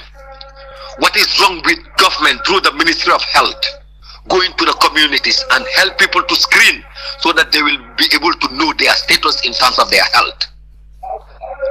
I am relating this story to your question so that you can better understand. This is what is happening in this country. Lutamawara had Nikki at the community level, Mudembe am kidney problem, Musoga Nyusi Lapitanbi, Manemanko Faj. Till state funds, the court def Sifajam. Yana Saisa, most of the time, Lafa Ampul Day, when after using a lot of the state funds towards one patient, while Langa Muna Def, as part of your primary healthcare program, will make sure Nikki avoid na, Banga Hamne Dumuna Nyusi Lapitanbi Iligasibit, pour na diagnose ko kidney problem, they wanted digga. So these are the real issues that are happening in this country. Why I am relating this to your question is like maybe with the information that you have, the parliamentarians might not be doing what they're supposed to do. But I can tell you, we are not those kind of parliamentarians. And I am not in this platform to defend or to protect anybody. Because the truth shall make you free. And the truth should be the truth. We must put our hands together and develop the Gambia together. And we can only do that if we are very honest to each other. And that is the fact. And I once again thank you for this question, but I am also informing you, people like us are asking questions and we are also following up. Very soon, you will see a very comprehensive submission on my side concerning the issue of the sand mining in Banjul, which I believe it will be very useful, inshallah. Jërëjëf honorable ba fim nekk ma dal di ñëw si Jibril Fadia. Jibril, ndax am nga laajte? Waaw, Raji Saliou, Banjul ñun ñëpp la nekk suñ capital, ñun ñëpp ñoo dëkk biir Banjul, understand Banjul, am love for Banjul, Banjul tuuti, Banjul nekk suñ cabinet di Gambia, man yàgg naa ko wax. dafa ruslu torop tey nga dem Banjul gis ni mel ak yeneen capital yi ni mel wax digane yàlla Banjul waroon na fa passé fii ak doomi Banjul yi niñ tekkee ak doomi Banjul yi investment yi nga xam ne ñu ngi koo def ci kombo bi ñu ngi koo def everywhere in the country te reflect si seen dëkka dem na benn Nigeria ñu ngi dem di develop dëkki jàmbur yi Sierra Leone yi nekk why not Banjul loolu benn la du xaste waaye dama xiir si Banjul ba foog ndax indi leen baax waaye dama gis ne last year nit ñaa ngi dem li meloon float bi dafa ñaaw lan la ci Mr Ba xam naa ne bi nga campagne waxuloo woon nit ñi ne da ngaa defar xam sa baarak dama ko njorta rek ne liñ dee wax nit ñi suñoo campagne dañ dee stay ci loolu ñu bañ a ñëw ba ci kanam ñu deviate from there nekku ne dama la accuse de waaye dama ko njorta rek na loolu la waaye li ma bëgg a wax fii mooy nga xam ne ni ba pare man dama fa na balaa ñoo jéem a try di jéem a invent something else ñu jéem a try di la because ndox bi as long as jéemu ñoo try pour prevent li tax mu ñëwoon ba léegi dina fi dellu si waat so may laa laaj ci affaire yi float bi happen noonu biir Banjul te di jégalu ci statement bi ma make that ne what was your action ak lan nga ci bëgg a def because ndox bi in fact dina ñëwaat. Very good question, Jibril. Go ahead. To be honest, this is a very good question, Jibril. Jibril, in 2022, April, I was elected as the Member of Parliament for Banjul North. Comme yàlla def na man suma maam moo ma yar te one of the key things lu ma wax in life mooy yàlla du lee teg benn doomi aadama dara te antaluloo ko te gëm naa ko bu baax bala loolu happené I can say I was the first MP because suma area moo gën a affected. If you understand Banjul the way it is geographically dafa mel ni Tobacco Road dafa slope dafa wàcca and it mooy gën a amee ndox bi daal floatoon fi float bu métti. I was the very person who related with the mayor of Banjul, the councillor of Kampama Ward, because Kampama Ward was badly affected, and also in collaboration with Red Cross to provide accommodation to the affected families. I can tell you we were able to house 68 families, more than 368 people for 3 weeks before government intervention. And this will be very clear. And I am saying this on this platform. We supported this family, man, the councillor of Kampama Ward, the Bintu SM Jaite, the Banjul Red Cross through the Gambia Red Cross, and the mayor of Banjul. We supported this family for 3 weeks without the intervention of government. All what they did was they came and they loan Deflan, they loan jail living, they loan death assessment through NDMA. Why you follow we won't learn Silulu. The first arrangement that I did was to have a meeting with all the stakeholders that I've mentioned already, and we contacted Kipi, that is the principal of St. Joseph High School in Banjul here. They were the first people to use their main hall to create accommodation for these families. But after few weeks, after 1 week plus, we realized that even not be because not be want to take over the entire Tobacco Road. So that is when we moved to St. Augustine. You get the late Father Tufan, who also allowed us to use St. Augustine Senior Secondary School, and that is when the president came. I don't know whether you have access to a video that went viral where these young people, Moto Yanglon Drama, Moto government, the president was passing by. Hale di kick no Moto, parce que president bi la fa ñu Tobacco Road.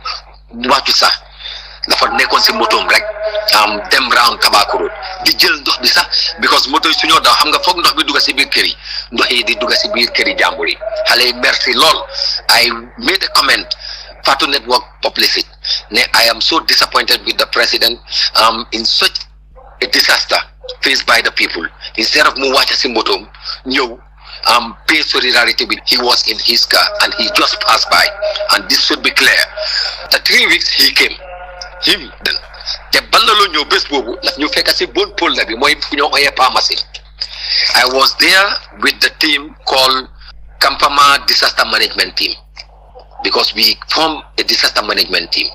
Yàlla def suñ benn kilifa xam naa ne du lee bugg a ñu wax turam waaye ñu ngi ko oyee Jesse Faye mu ngi nekk kilifa boo xam ne ku mut kilifa mu ñu jëndaloon 10 pumping machine yu ñuy jëlee ndox bi from the other side, that is our side, from the city ñu ko pump to the other side. Foofu lañu président bi fekk bés boobu. I can remember it was a Sunday.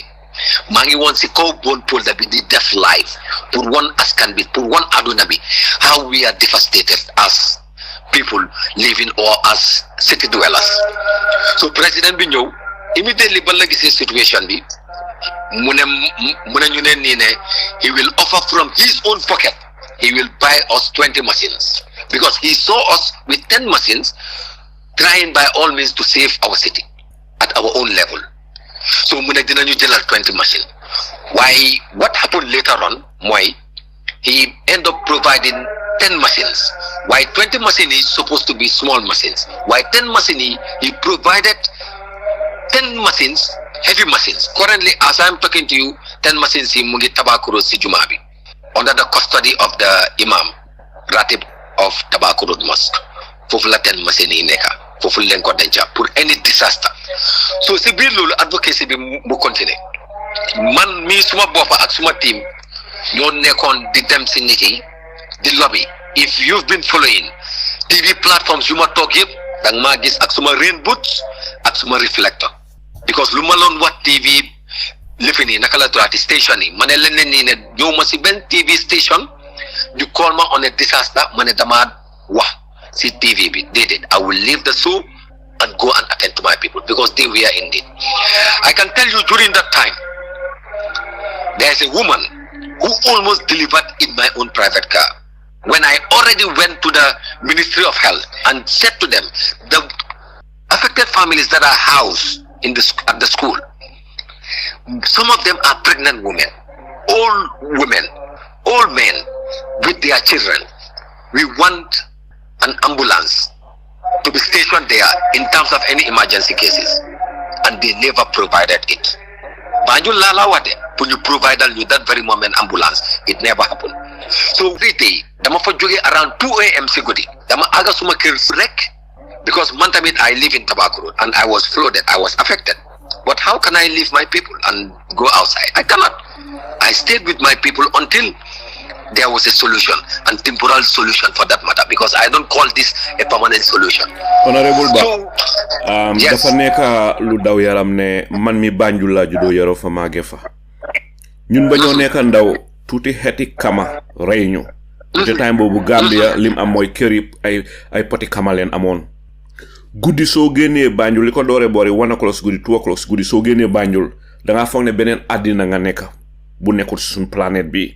Ndite xeeti kama nekk yooyu ñëwagun ak tàngoori guddi gi.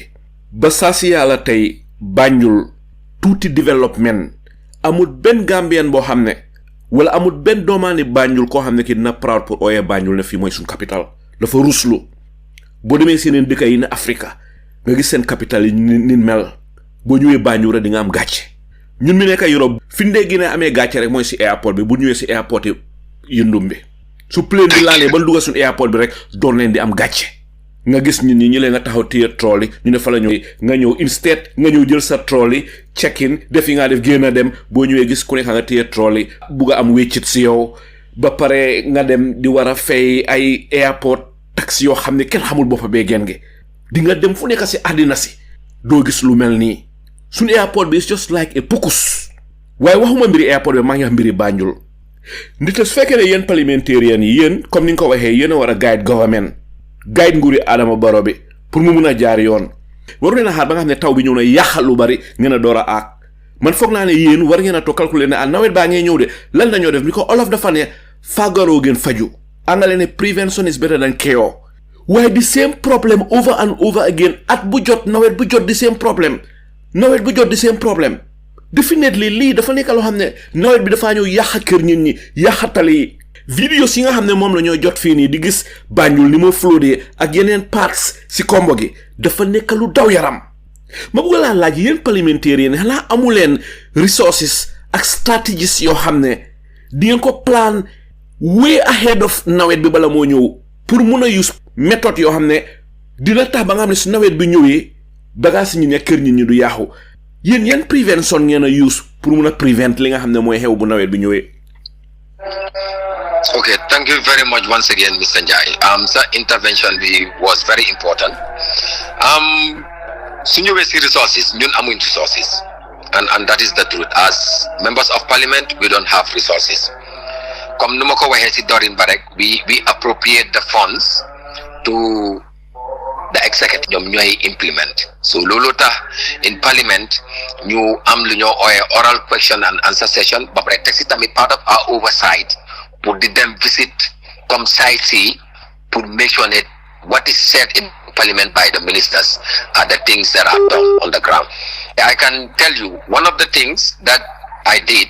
I don't know why it was an oversight to share that video with you, but just 2 weeks ago, I asked the same question to the Minister of Works.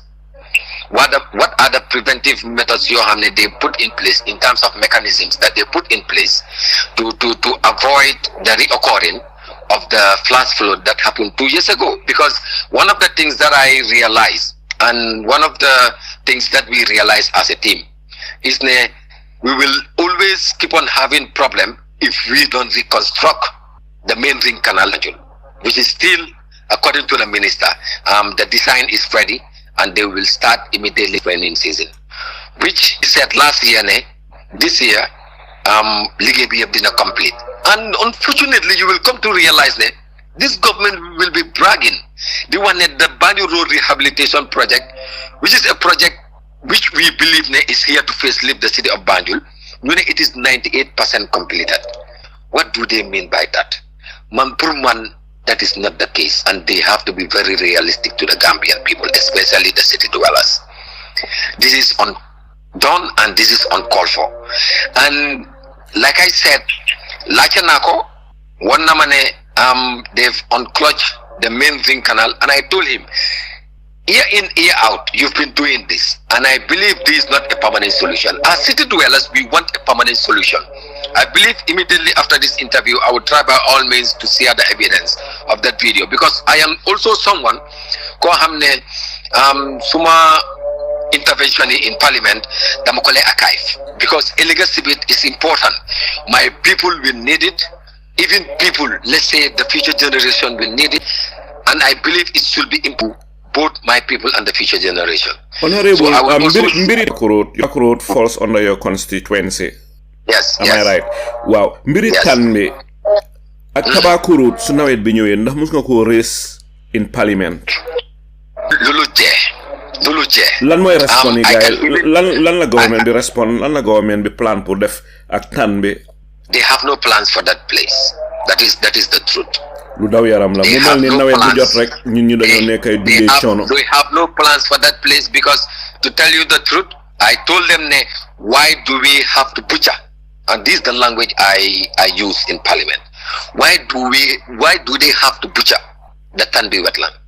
And they fully know the Tanbi wetland is the breeding space of the city. Hey, city before when it comes to the ecosystem, Yakaru full Tanbi wetland.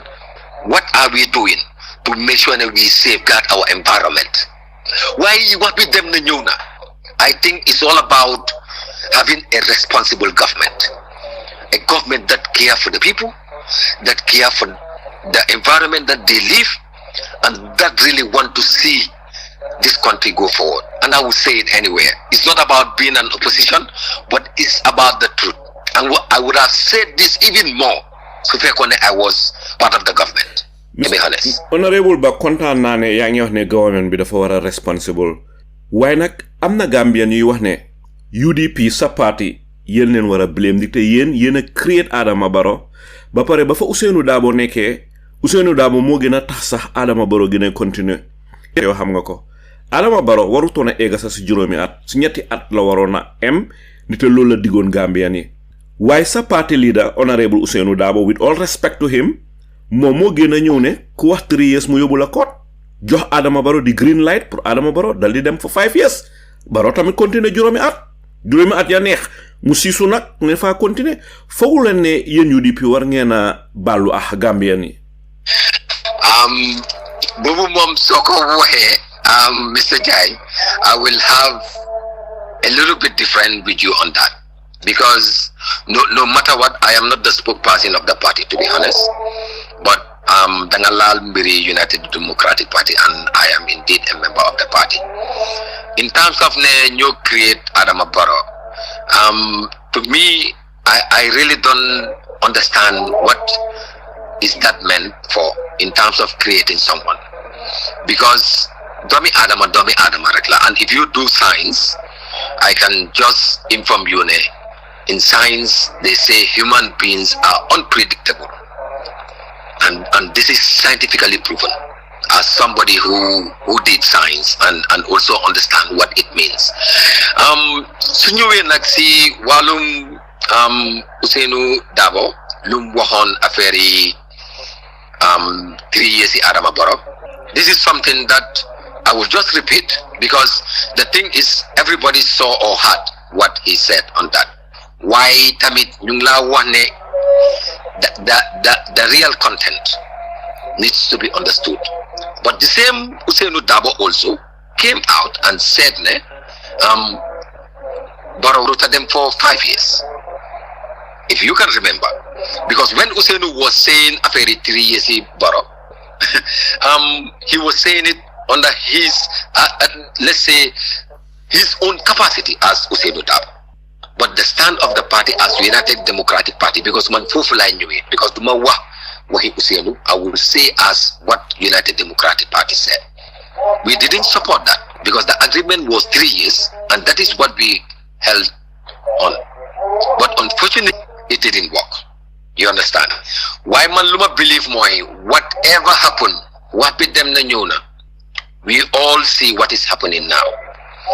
And like I always say, a problem that is not solved still a problem. But a problem that is solved is no more a problem. Then we believe that as Gambians, we are faced with a problem. Then what should we do? Because we already know the problem, meaning it is half solved. What can we do to make sure that together we solve that problem? That is what I believe in. Te lolu li nga nonu lu am solo la ne problem bi mom soko ragne rek solve nga half of it, but what are you going to do comme ni ko waxe. Why honorable ba bu ñëwé ci Banjul bi Adama Barrow ñëwé ñu non defar Banjul talié yoyu. Why sewage system bi dafa melni amna ben vidéo bu ma gis ñangi am mbiri sewage problem si nga xamné mo nekk Banjul nga xamné affaire ya ngi lik di ñëw ci tali bi di gëteen ñin ñi. This the city, this the capital city of the Gambia. Banjul moy har kanami Gambia. Ma bu la laaj rek sewage issue si nga xamné sewage problem si nga xamné mo nekk Banjul. Yow na la sa gis-gis ak lan nga ci def pour safara ko. Part of one of the components of the Banjul Road Rehabilitation Project is to rehabilitate the sewage system of the city. You ñëpp xam nañ ne Banjul is a city with sewage, comme ni ko tubaab yi defaree woon rek. Mu nekk loo xam ne lu am solo la as far as the inhabitants of Banjul is concerned.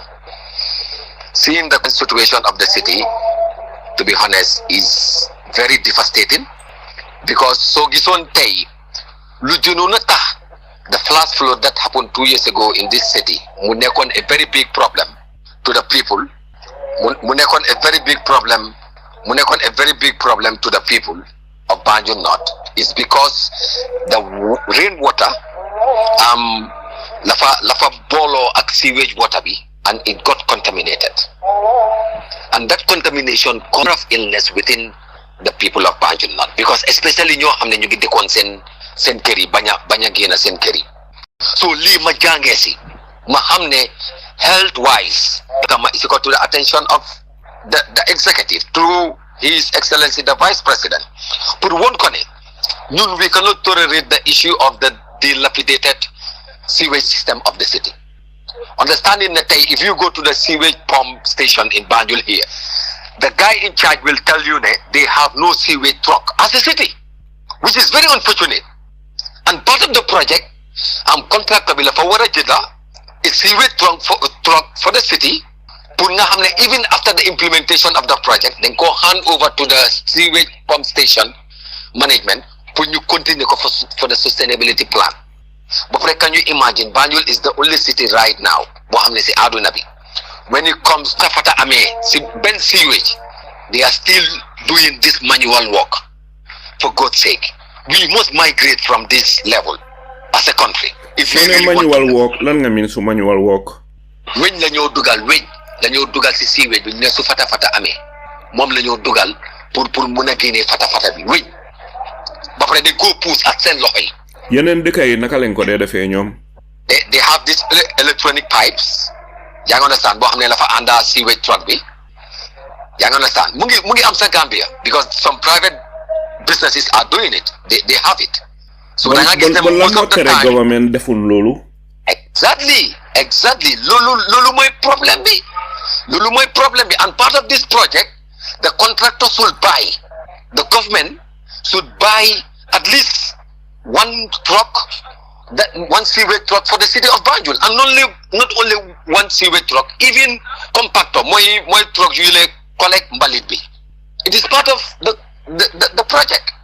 But luta bi léegi mënuñ koo def. They are prioritizing other things. You know, pre-finance project la woon. They are getting their money already, and now they want to wait. Project boo xam ne ñu ne is 98% completed. Luta all these things cannot happen with due respect, and you still have the guts pour wax ñu ne the project is 98% completed when all these components are part of the project. So you cannot tell me it's 98% completed. So these are things that we are feeling, and I am somebody who always advocate in terms of making sure that the work is completed 100%. And man fofu la lay waxe ñoom dañ lay foog ne su ma ne the work is completed 100% in terms of construction now. What are other elements within the project that's supposed to be provided right now, because the city is in need. Comme no leen ko nekk di waxe sa yaram la fa taw soo ñëwee Banjul, for God's sake. Right now nii no proud to say ne Banjul is my city. Da nga am gandoo ko mun a isi Banjul, which is the most unfortunate part. But ñun tamit we have a stake as far as the entire process is concerned, and we are doing all what we can, because it was Parliament Degala. By then I was not in Parliament who approved this project, but ñun tamit, because Parliament is a continuous process, so ñun tamit ñu ngi def képp luñ mun. Man da nga gis ne some of these MPs they address me as MP Banjul. Li ma lay wax mooy MP Banjul, because they say I advocate a lot about Banjul. Well, ma ne leen de su ma advocate a lot about Banjul, then fan lay advocatal. Why are we all elected? Ku juddoo Banjul kay yaroo fa màggee fa Mr. Ba xam Banjul problem obviously for jaar advocate Banjul. Come on. I must advocate about Banjul, and I am so proud always to talk about issues going on in Banjul, and that needs immediate living solution. And I will keep on doing that. Nobody will be like discourage or intimidate me, or nobody will make me relent in that decision that I am taking in terms of supporting and addressing the needs and the concerns of the people that I represent. Jërëjëf Mr. Ba mu am yeneen laajte yi bante ñu ngi des waaye xaaral ma ñëw si apply Sanyang apply ndax am na loo bëgg a wax wala am na loo bëgg a laajte bala maa ñëw si Jibril. Well, Alhaji Saliu, thank you. One point from my last question.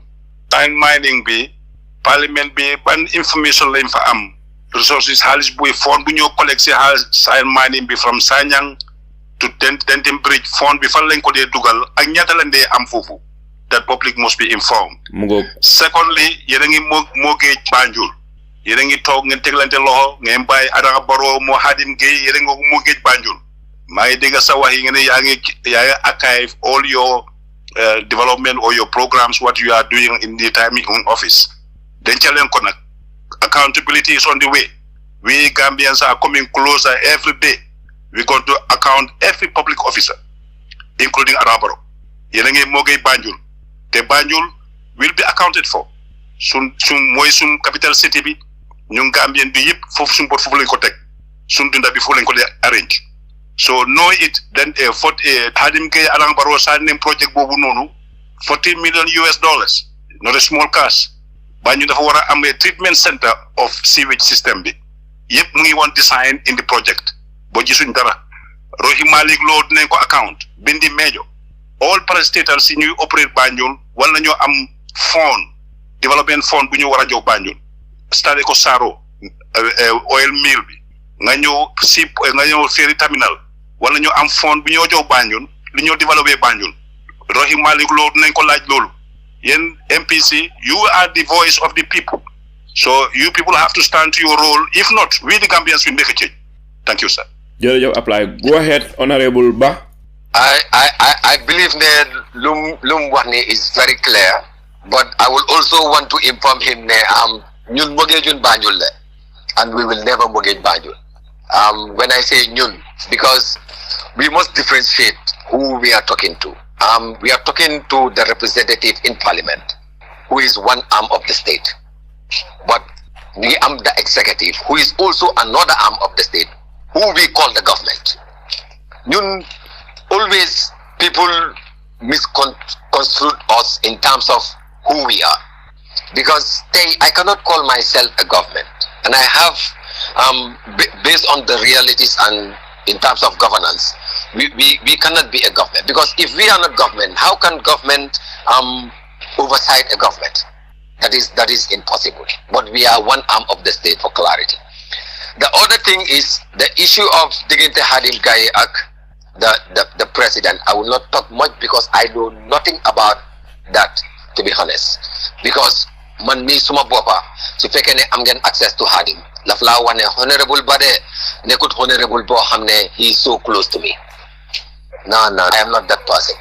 Because the thing is, I understand one thing in life before becoming a representative. As someone who is there to represent your people, you must be very honest to your people. And how can you be very honest to your people? Always do the right thing. If I am connected to businessmen that can easily induce me because of the little funds that they will give me, how do you expect me to speak about the truth in Parliament? I will never speak about the truth. And I am not that kind of a person. And I know some of the members that we have, especially the members from Banjul, are just like me. We don't bring ourselves closer, especially to the business community. No. Because there must be a conflict of interest no matter what. Because if you do that, you are putting your people in trouble. Because no matter what, whatever you have to do, you will always think of Kilu Majo, Kilu Madefal. I can tell you, just 3 weeks ago, the Banjul Road Rehabilitation Project is going on. Tobacco Road, that is Kampama Ward, the councillor and Bena Tobacco Road initiated this cleaning and painting of the paveways. I contributed. I gave them fund to buy the paint, whilst also the councillor provided the paints, whilst also Bena Tobacco Road also provided the paints. Now we are painting to beautify that part of the city, because we believe that it is our own. Why we didn't go to the contractor to tell him that we are doing this and we want you to provide us with paint? So these are the things you have to come like Denkole by Helbuba. That is why we can stand in Parliament and say whatever, and also based on facts when it comes to our submission. And we are so happy. We have never misled the Parliament, and there is never any submission that we did in Parliament, and people will go out and say, Honorable Bidelu Watudega, Amut. If that happen, let them come out. That is why I told you, my archive is up to date. If you go to my social media platform, you will know that I am not only a representative, but a representative of the people. Jërëjëf Mr. Ba fi mu nekk ma dal ñëw si Jibril ban laajte nga amal Honorable Ba.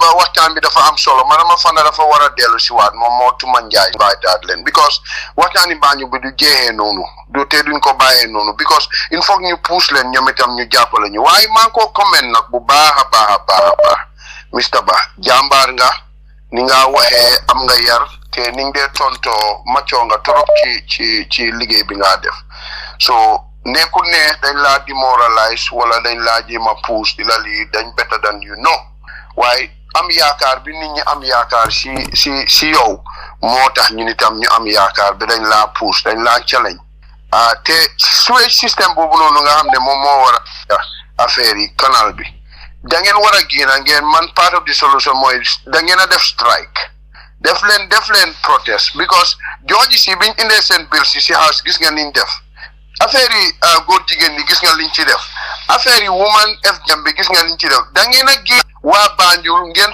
wone solidarity Banjul Central Banjul North Banjul South yéen ñëpp ngeen dem Makati Square wala ngeen dem foo xam ne nii Adama Barrow dafa war a nekk wala ngeen onjee ko Banjul Day ngeen dem ngeen wone li leen naxari ñu jox leen place boo leen ko defee even si aaj bi ngeen waxtaan fa seen problème lii du mun a continuer every year understand nga ñuy dem si the same cycle machine yooyu soo gisee tubaab yi def ko fa because Banjul nature bi ni mel looloo tax ñu defoon ko fa nga xam ne daf ko xëcca di ko yóbbu boori waa fi njaago so waaye bu fekkee ne nag ñu ngi ko bàyyi loolu ba mu happen sewage beeg li fi Alaaji Sali waa muy jaxasoo si biir dëkk bi come on man yeah te reactive bi ñoo def nii dañ war a proact comme li nga ko waxee bu waru ñoo react waaye yéen comme que yéen lañ fa teg nag de yaa ngi toog si xali safara because duñu leen bàyyee noonu il faut nit ñi dañ am problème te ñun ñoo nekk di mouthpiece of the people yéen li ngeen ñoo represent ñun itam yàllaa ñu yàllaa ñu natoo ci wax ñu war a wax man nag bi maa di ko bàyyi xam naa judooguloo sax ay 84 suma maam yi waa foofu lañ ndax yéen seen kër sax laan juufee na ma fa daan dem foofu noonu naka la tuddaati naka la seen koñ bi tuddaat sa fi say jëm Sénégal non du Sénégal sax foofu dama fa daan dem si Bambura raaji Bambura waaye Zibra si ñoom kii Diop soxna Diop dama fa daan dem ñoom maa jogop all the time dama fa daan hang around so I know that area very well te naxari na ma li loolu happen njaaloo fa la nekk mu ngoy Jibril mais ko mu respond mais ko mu tontu waaw ok waaw jërëjëf Jibril loo wax is very important the issue of man ma nekk representative lu njëkk a am mooy te lu ma xam mooy ne I am the servant of the people tey nobody can hold me accountable in terms of apart from the people that we are representing, that is the Gambian people.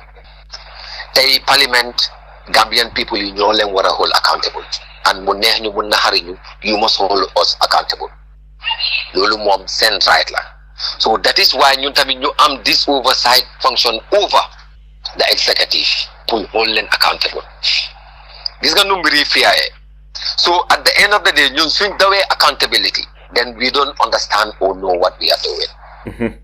And I can tell you that sometimes some parliamentarians, question, they will not even want to know what makes them a representative. Why Santa Yala Nyunsun Masi, we understand no matter what, you have all, it doesn't matter, even if you come all the way from Basse, you have all right to question me as a National Assembly member about concerns relating the country, and I must and will be able to give you the right answers no matter what, because you deserve it and it is something that I owe to you. The other thing is Degala Banjul Lafa oversight. We can advance this conversation by bringing not only Tumajai but also the 3 MPs of Banjul, which will sound extremely good. The 3 MPs of Banjul to come on the same platform and be in this discussion and have a very fruitful discussion. Then you will better understand what we stand for.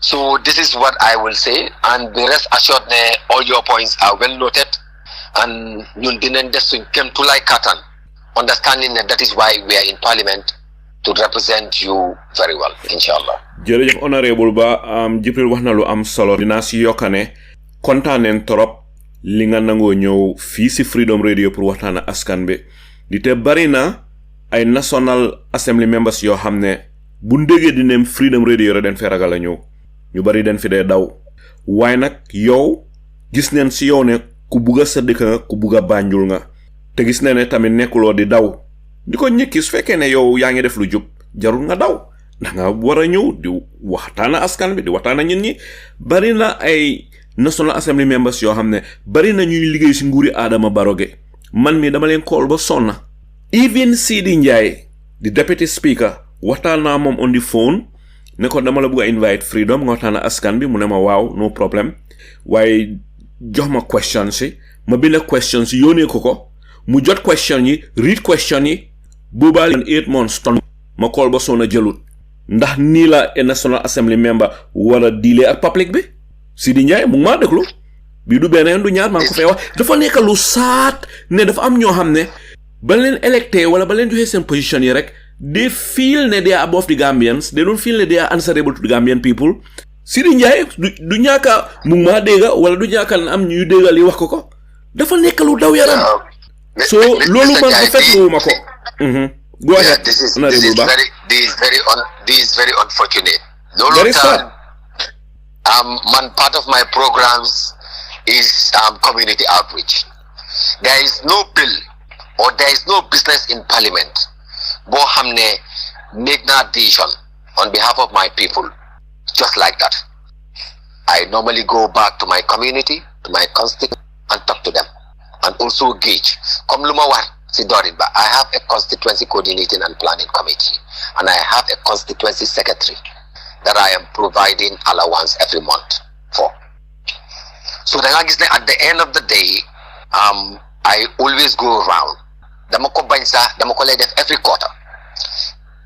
Before beginning of any session, if you even go to my platforms, you will come to realize that I am the only MP that will always write on my timelines in all my platforms to inform the public that the assembly is about to start session on this time, the session duration will be this time, and engage with National Assembly members before they go to the session, which is indeed very important because I go to my people, I talk to them. That is why I cannot keep quiet in Parliament. Because when I meet tell me their issues, why should I go to Parliament and keep quiet? I should go to Parliament and talk about the issues that they raise.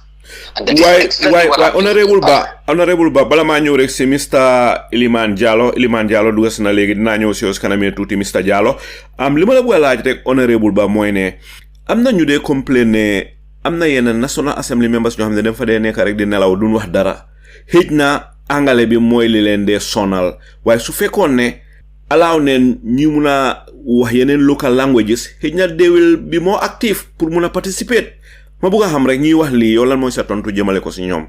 Mr Njai, I will tell you that is misinformation. Man la wax ne tay suñ introduce on local language in support 100% because sometimes when some of the members speak English in Parliament, you will wonder what they are speaking. That is the truth. But the fact of the matter is, even if you introduce the language that they were breastfed with, to be honest, they will not talk in Parliament. Because we have seen members since when we came to Parliament 2 years ago up to date. For God's sake, they never stood in Parliament and said, this is my name in Parliament.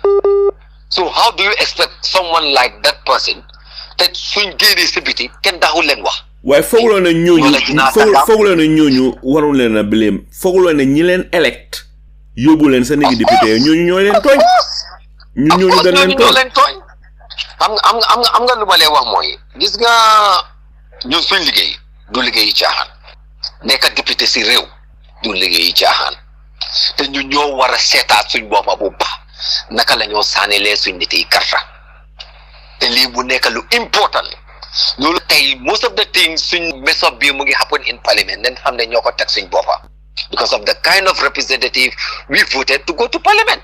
If your parliamentarian cannot even alter a word to even say that this is my name in Parliament, how do you expect that individual to represent? Honorable ba motax nit ñi war nañ di xam ñoo tan I can show you evidence in Parliament, some parliamentarians, and to be more specific, parliamentarians from NPP camp, they never altered a word. This can go anywhere.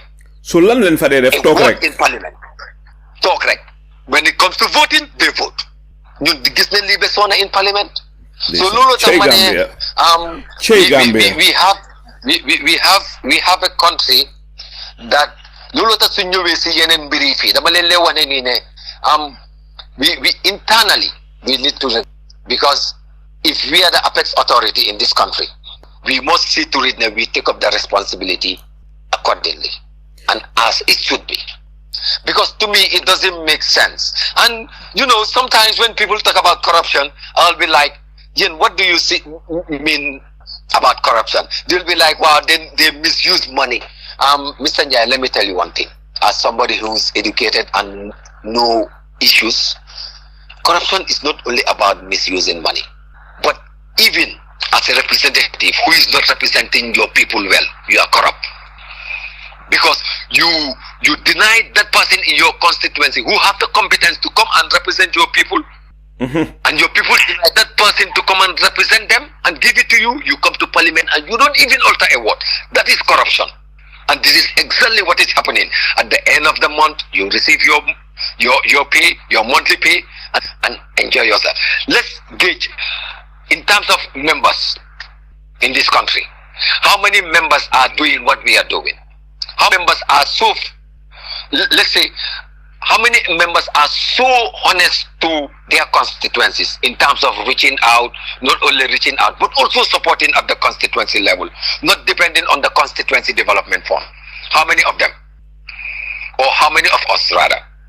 So these are things that we need to look at. I heard Mr. Jibril or Abdullah who said about the issue of accountability. This is very important. That is why you are the electorates. The electorate should hold their elected representative accountable.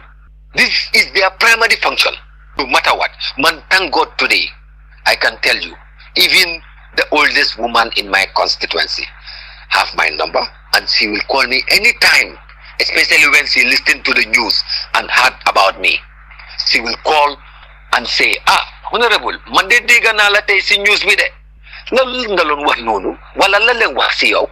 Then I'll be able to clarify. And this I am doing in my constituency. But let other MPs come out and tell you that this is what they are doing in their constituencies. And so diga MP boo xam ne moom dafay dem si néegi député yi du wax dara kooku definitely waroon koo elect dafa warut a nekk at the first place. Honorable ba baalal ma rek soo tegee foofu sa baaraam naa ñëw si yow si kanamee tuuti fi mu nekk ma dal di ñëw si Iliman Jallow. Iliman yaa ngi si biir naa nga gisee waxtaan bi ak ban laajte nga amal honorable ba. Assalamu alaikum wa rahmatullah. Ray Salu mala nuyu bu baax a baax. Nuyu sa guest bi Mr. Ba di waxaat rek ne Panderi Mbaye ndem si yàlla yéen na ko yàlla su sedda teg ko si koom inshallah jàppale ko jàppale ñun tamit ñun bàyyi gannaaw amiin ak njabootam di wax ne rek ne programme bi moom sa waxtaan bi am na solo lool te indi ngeen koo xam ne kooku ngeen war a indi dik definitely nekk na nit koo xam ne waa Banjul gis nañ liggéeyam ak lu tuuti dëgg la nekk député taxul ne nga yow yaa responsible pour développer waaye ñoom lu ndaw luñ am ñu ko dugal si askan bi loo xam ne la nag nit ñi gis nañ ko te di waxal rek ne moom fu mu dooree moo métti ndik oppose koo xam ne Banjul yëpp daanaka Gambia yëpp gisoon nañ liggéeyam nga ñëw jël place am loolu du lu yomba loolu nag lu ko may nag mooy jikkoom ak naka la dee jëflante waa Banjul yi te Banjul dëkk bu ndaw la place bu ndaw la ñëpp a xamante soo man lu ma bëggoon a pour mu xawal leer rek mooy moom xam na ma bu baax ak suma activities in Banjul ak Banjul fu mu toll si man di bëgg a wax ne rek ne am na lu important lu mu wax ne pour ñetti député yu fa nekka naka la ñoo collaborer pour ñu seet interest si Banjul di create loo xam ne dinañ mën a am force boo xam ne léegi suñ gisee ne am na loo xam ne mu ngi dox Banjul te warut a demee noonu ñu taxaw ñoom ñetta bokkat doole ñetta ne lii du fi am su ko defee askani Banjul tamit dinañ am fit boobu noonu ak jom boobu noonu mën a ñëw pour jàppale leen bu bugg a laajte rek ne lu tax loolu mënut a am lu tax ñoom ñetta ñu fa nekka di represent Banjul lu tax mënuñoo work ak sa team pour ñuy seet problème yi Banjul li ñu seet nañ koo fixé loolu suma first question. jërëjëf Mr. Iliman Jallow laajte bu am solo nga laajte go ahead honorable Ba. Thank you very much. Once again, Mr. Jai, mangi nuyu Mr. Iliman Jallo. Mom suma kilifa la Banjul fi. Comme numa ko lay waxe rek, man I am the servant of the people. And comme num ko waxe moy diga te lu or la fi wax ne ñun fuñ joggé mo metti. Why just few people know ñun fuñ joggé. And I thank God that he is one of the people that really know where we are from. Why ñu lacha bum lacha rek, I will just want to inform him that for the first time in the history of Banjul, all the 3 MPs are working together. Just to inform him. Because lutama lulu moy, lulu musuta am Banjul. We have seen even the past. Honorable ba pour sun deglu kati amna ñoo xamne duñ xam 3 MPs yi nga wax ni 3 MPs yi moy ñan naka len tudda. Honorable Abdullah Njai of Banjul Central and Honorable Fatumata Tumanjai of Banjul South. Ñun soko baye hell, even some of the decisions in Parliament, if you follow parliamentary proceedings or trend, suñ decision yi laf leen duru. And luma jóg wax wala lutuma jóg wax, most of the time ñun ñëpp, that is what we go and strengthen at the end of the day in the Parliament. And this is giving us heavyweight, I can say, in Parliament, because the thing is, Degala, we are 3 in number, but have a very huge voice in Parliament. Speak, Parliament listen to us, and when we speak, the executive also listen to us. So the at the end of the day, come nuko all of jay dile waxe rek fas lum daw fo nga yoko ko yar, and I will accept that. Fok ñu yoko ñu yar, ñu dina collaborate, dina strengthen suñ collaboration. But make sure we stand firm for the city of Banjul, which I believe we are on. And inshallah, be rest assured, Mr. Jallo, we will do all what we can to represent the interests of the city and by extension the entire country as people's representative. Jërëjëf Honorable Ba ñu daldi ñëwaat ci meneen laajte bi. Biri draft constitution bi Gambian yi man ñi ma waxali ëpp do 2020 draft constitution bi dal di pass waaye ñu bari ñu ko gisee nguur gi amul ci ité Adama Barrow wax na ne December dina dem référendum ci mbiri draft constitution bi am ñu ne yëfe référendum du looy xëy rek def ko de because December fi mu nekk nii 5 months booy li ci des te su fekkee ne den war a dem référendum December ñu ne tooga bu naree neex bu baxee day xeeñ yëfi dem référendum day xeeña gut Gambia ni ma bëgg la laaj rek yow lan mooy sa gis-gis lan mooy sa jàngat ci li Adama Barrow wax mbiri draft constitution bi référendum in December. Mr. Njai is very unfortunate. This is the situation we all find ourselves as a country, because I could not even understand or imagine. This was one of the talking points that I saw my deliberation on Wednesday during the adjournment debate of the second ordinary session. Mamuluma understand if the President of the Republic of the Gambia will come to address the Parliament, or I can say the state through the Parliament, to misinform the Parliament, to misinform the public. And according to the guy drafted, they were very careful. He said, I hope that the draft constitution will go for referendum December 2024. I am somebody who is very constant in what I do.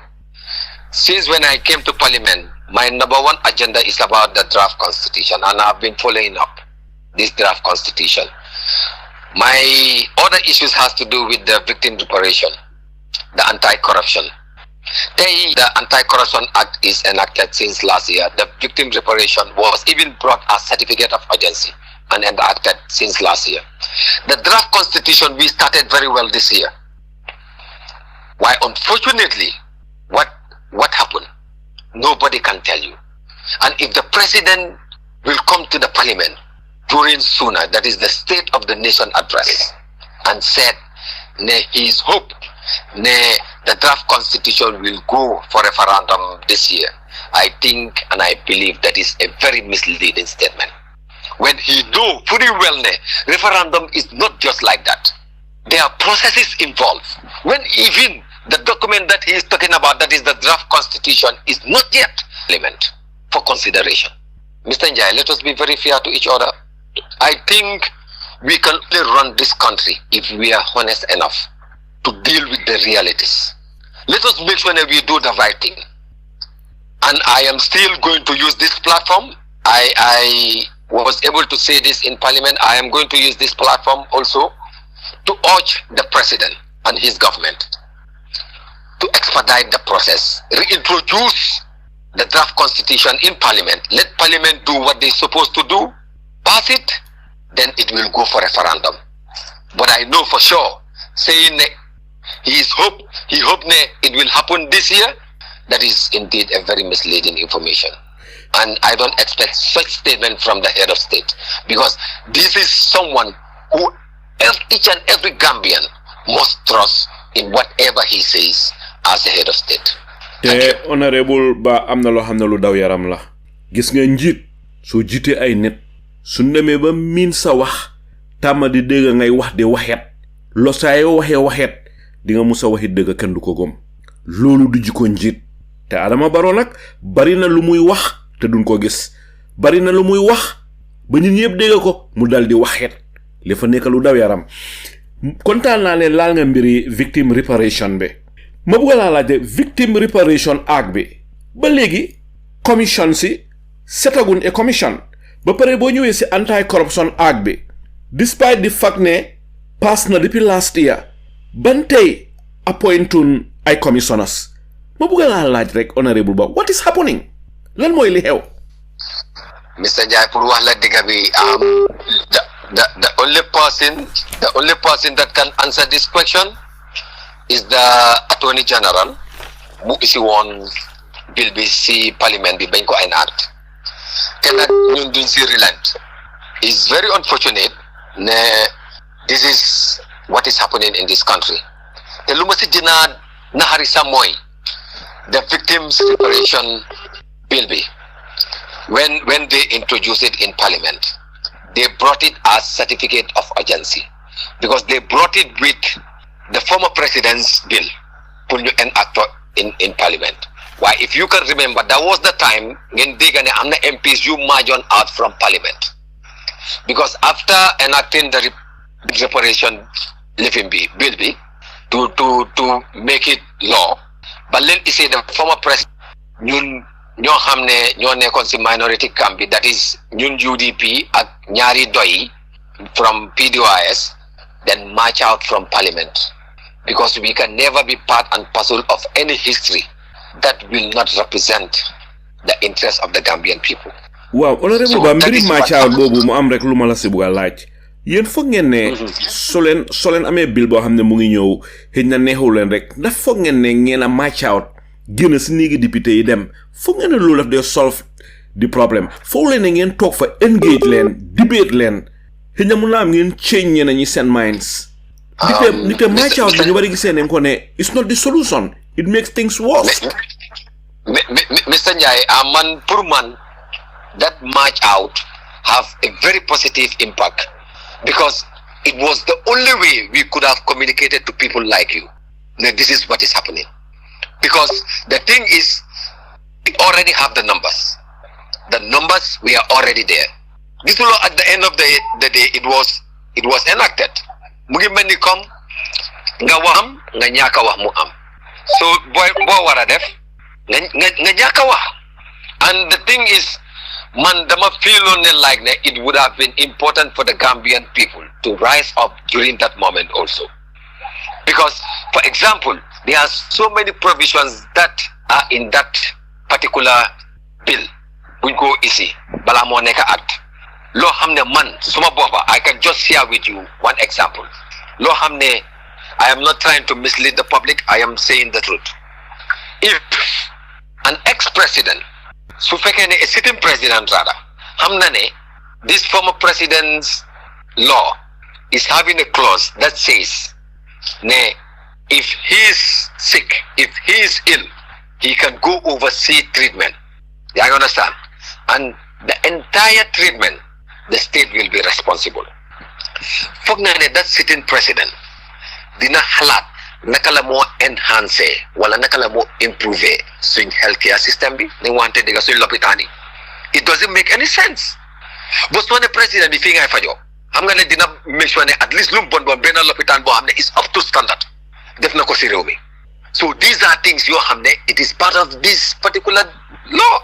So man bumagisi for saying provisions for you. Manelene, this law is not progressive, and I am not in parliament to be in support of any law that is not progressive. And I will never be part of any process of enacting a law that is not progressive in parliament or in this country. So this is what I want to say on that, to be honest. Jërëjëf honorable ba fim nek ma dal di ñew ci apply Sanyang apply ndax amna lo go yok ci waxtaan bi. Alay Salio, thank you. Ñu ngi am Mr. Bate, wonderful. Mr. Ba, what plans are you people are having the youth man in Banjul? Drug relative problems in Banjul, criminality bi. Can you people initiate a technical institution pour jangal xalé yi nga xamné they are drop out amun engagement ñu trainer les métier nga am lolu pour doomi Banjul ni youth man bi jigéen yi sister yi ak sumboy. Secondly, criminality bi can you organize them bopa nga wax Minister of Interior ñu gëna am police stations in the localities ñu gëna extend security bi within the localities. Fofu la buga laal after ma ngi déglu sa tontu am na leneen ci pour yow. Jërëjëf apply ngok honorable ba mun nga respond. Yes, Mr. Abdullah lafa laal fo xamne is one of my areas bo xamne I am doing so well, because of recent, just about 2 weeks ago, I even brought it as matter of the day in Parliament. That is the prevalence of Kush in the Gambia, and it was all over. All the newspapers featured it because I was able to give the Parliament the statistics involved, the recent task force statistic report, and show them how dangerous the Kush is destroying our young generation. Why is it important for government and even parents at home to come out to make sure that they start, making sure that we support our young generation before we lose everything. Because the fact of the matter is, we are faced with a problem. And the problem is the issue of unemployment and underemployment. The fact why I'm saying underemployment, because many people focus on unemployment, which is something that we are all familiar about. People will be like, yes, in Gambia, unemployment. But I can tell you there is also matters surrounding or issues surrounding underemployment. Because, for example, if you are employed and you are paid, for example, $3,000, that $3,000 is you have to buy a bag of rice, you are paying your rent, you have to pay transport. Is that feasible? And this is happening in this country. And what are we doing to address such situation? So these are the things at the end of the day, young people, especially idle young people, I will call them, and I don't even have to say idle young people, sorry for the words, but I think this is how I can say it. If they are free to do anything, all what they can do is to have access to drugs. But the issue of course is a different drug, understanding the magnitude of damage that it can cause in our young people. Course is not a drug that you will use and go high, but instead it will kill you. So one thing that I also propose is for the government through the Ministry of Interior to strengthen our border points, understanding that our border points are porous. Anybody can come in and anybody can go out, which is the most unfortunate part. But at the end of the day, it's also Parliament appropriating the adequate resources to the police, to the Joint Task Force. So that is why I also went further and said, Ministry of Interior, try by all means to make sure that this budget session coming, bring a good budget that will at least help your men to be provided with the necessary resources so that they can be able to do their work adequately. But I can tell you this is a challenge that we are faced with as a nation. The issue of illicit drugs, not only course, but the issue of illicit drugs in this country. And unfortunately, so many people that are spearheading all this cartel empire or whatever group, they are all not Gambians. And that is the truth. We know it or not, they are not Gambians. Why, Honorable Ba, am na ñuy wax ne léeg-léeg dañ dee tuumaal foreigner si nekk Gambia rek. Waaye mbépp foreigner boo xam ne yaa ngi dugal Gambia taay yoo xam nga mbiri cocaine gi dégg nga ko. Cocaine dañ ko ransale yenn place di ko jaay mel ni ñoo jaayee gerte saaf. Cocaine gi bari na Gambia torop. Soo gisee foreigner am sañ-sañi di dugal Gambia taay dafa fekk dafa am Gambien yu leen téele. Ndikte gis nga fii am na ñu ñëw Freedom Radio fii wax ne maa ngi quote li ñun ñi wax de dafa am ay nit ñu ñëw Freedom Radio ñu dal di wax ne former IGP Abdoulaye Sanyang ba mu fa nekkee moom moo drug cartel si ñooy liggéey loolu tax cocaine gi bari Gambia ndax li dëggalaam du dëgga ñu bari ñëw neen fii si Freedom Radio wax loola IGP Abdoulaye Sanyang nag nekkaatu fa léegi mu nga interior law enforcement yi seen loxo mu ngi si bokka seen loxo bokkee bon cocaine gi dafay ne las bon donc du mun a blame foreigner si dafa am ñu téele foreigner si te ñi téele foreigner si leen dimbale ba cocaine gi bari Gambia taay gi bari Gambia kuus gi yëpp doomaani Gambia ni xam nañ si dara suñu law enforcement mi am nañu si xam dara te ñooñu leen war a jël dax leen ségéey yi flee defuñ ko cocaine gi kuus gi dafay ne las ma bëgg a xam rek lan mooy sa xalaat si lii am nga fii la problème bi nekkee te I believe ne these are allegations yoo xam ne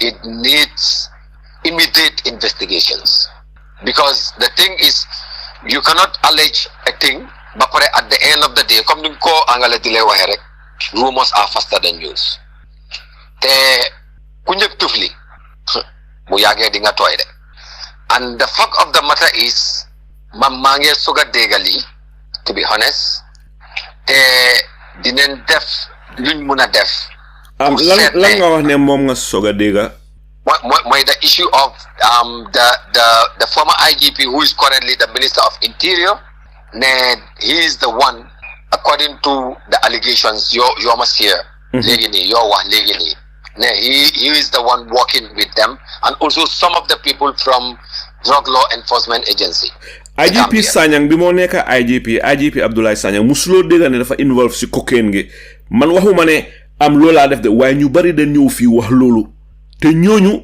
den xam lu bari li nga xam ne mooy xew Gambie ñoom ñu bari def neen si ay enquête ku mel ni benn soirée ñëw na wax lu bari si IGP Sanyang Keba Jammeh ñëw na def na enquête yu bari dal di wax ne moom Keba Jammeh wax live on radio ne time bi nga xamee ne Abdoulaye Sanyang mu nekk IGP mu ne pour ñu proof ko wrong na GRTS yóbbu seen télévision yi dem kër Abdoulaye Sanyang suñ ko saajee nañ fa génnee taay gu bari bi moo wax lii ak léegi is more than 6 months te su fekkee ne public bi ñu ngi wax lu demee nii these are serious allegations den dëgga war nañoo jël steps pour seetla li dëgga la am du dëgga because su fekkee ne jël neen steps nekkul dëgga rek bon ki ko wax ñun ñëpp nañ xam ne waxul dëgga te su fekkee ne jël neen steps dem fekka fa taay gi dinañ xam ne bon ñii li leen a tuumal dëgga la su ko defee ñu jaarale leen si yoon waaye nguuri Adama Barrow gi Gambien yi ñu ne nguuri Adama Barrow gi ana ñi commission si jàppa